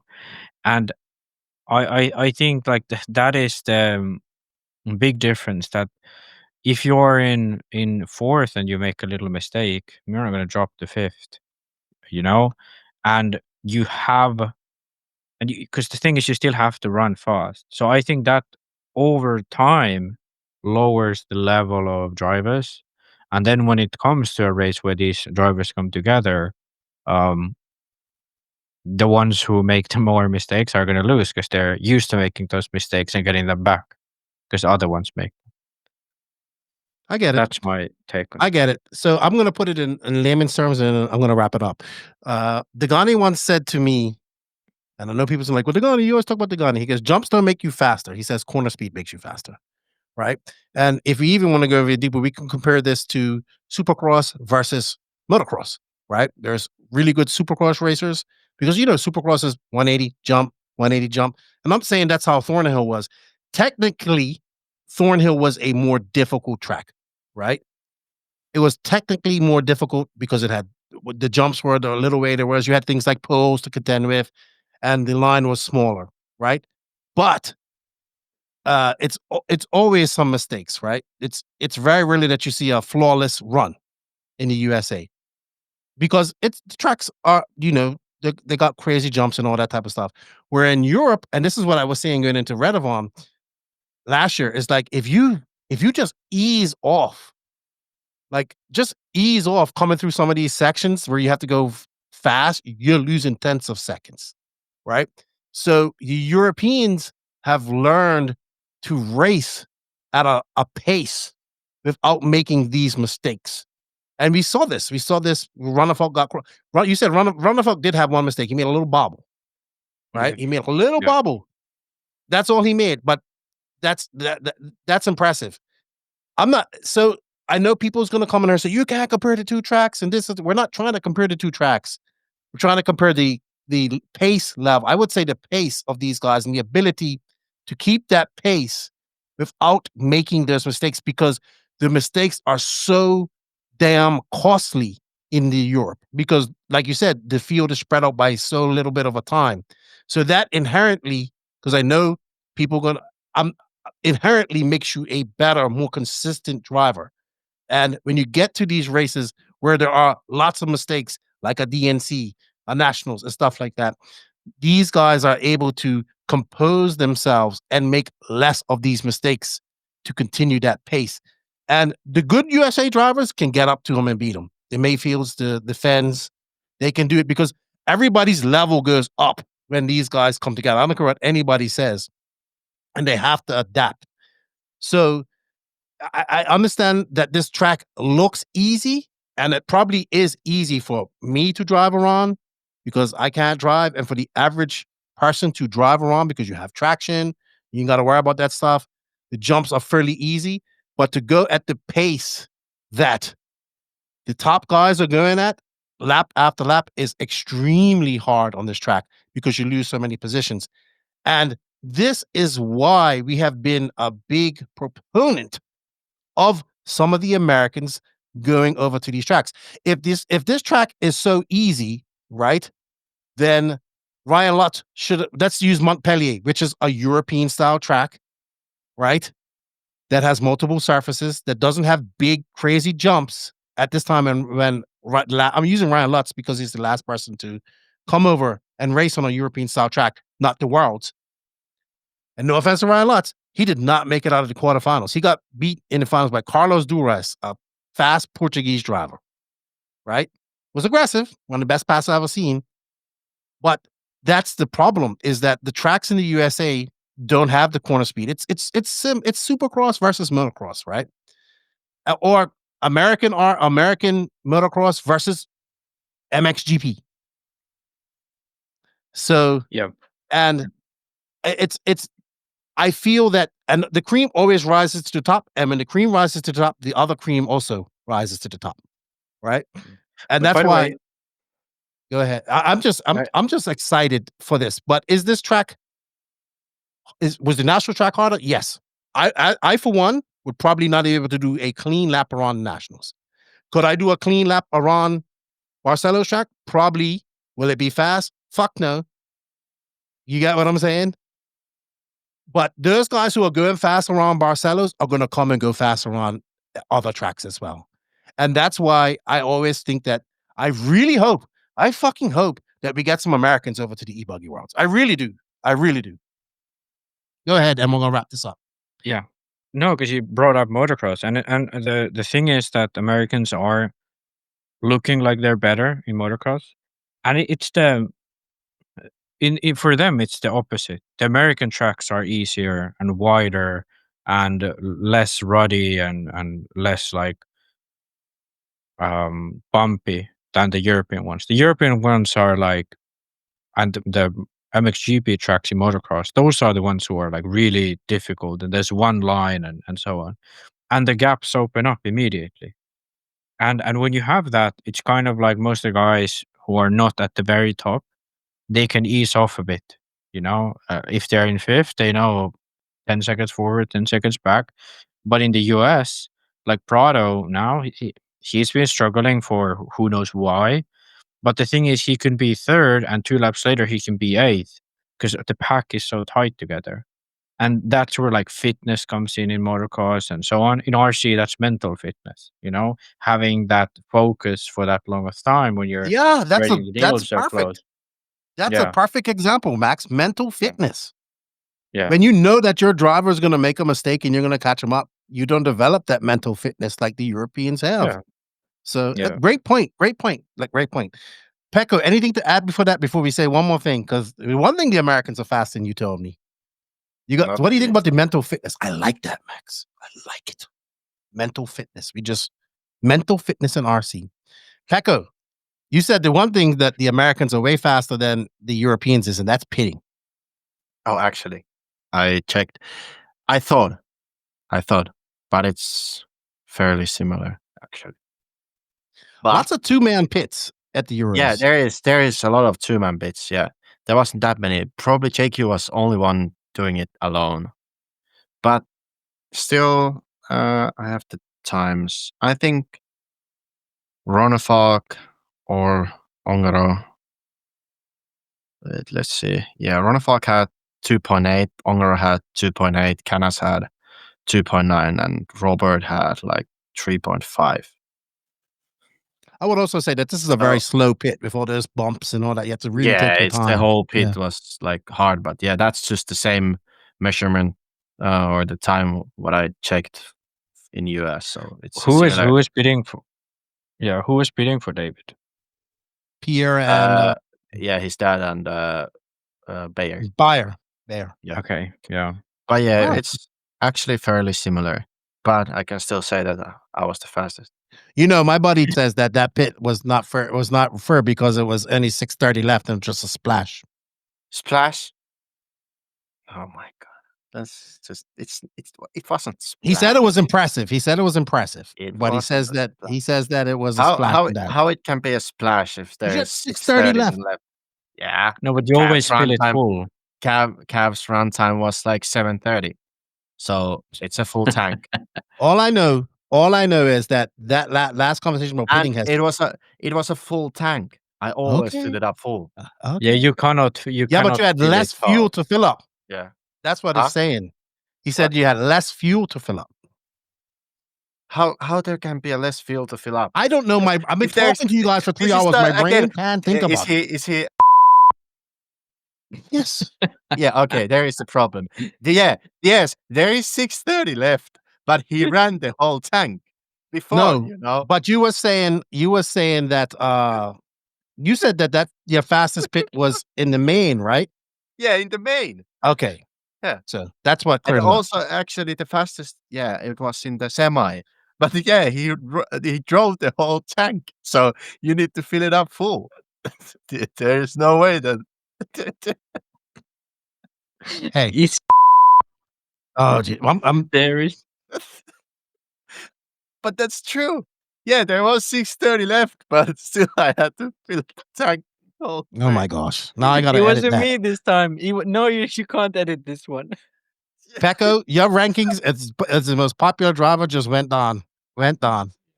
You know, Down you can't make me the bad guy always. Max is not the bad guy right now. Hey, I thought it was a great. So I just want to. I think Pekka is right. I want to reiterate that it was a great Euros.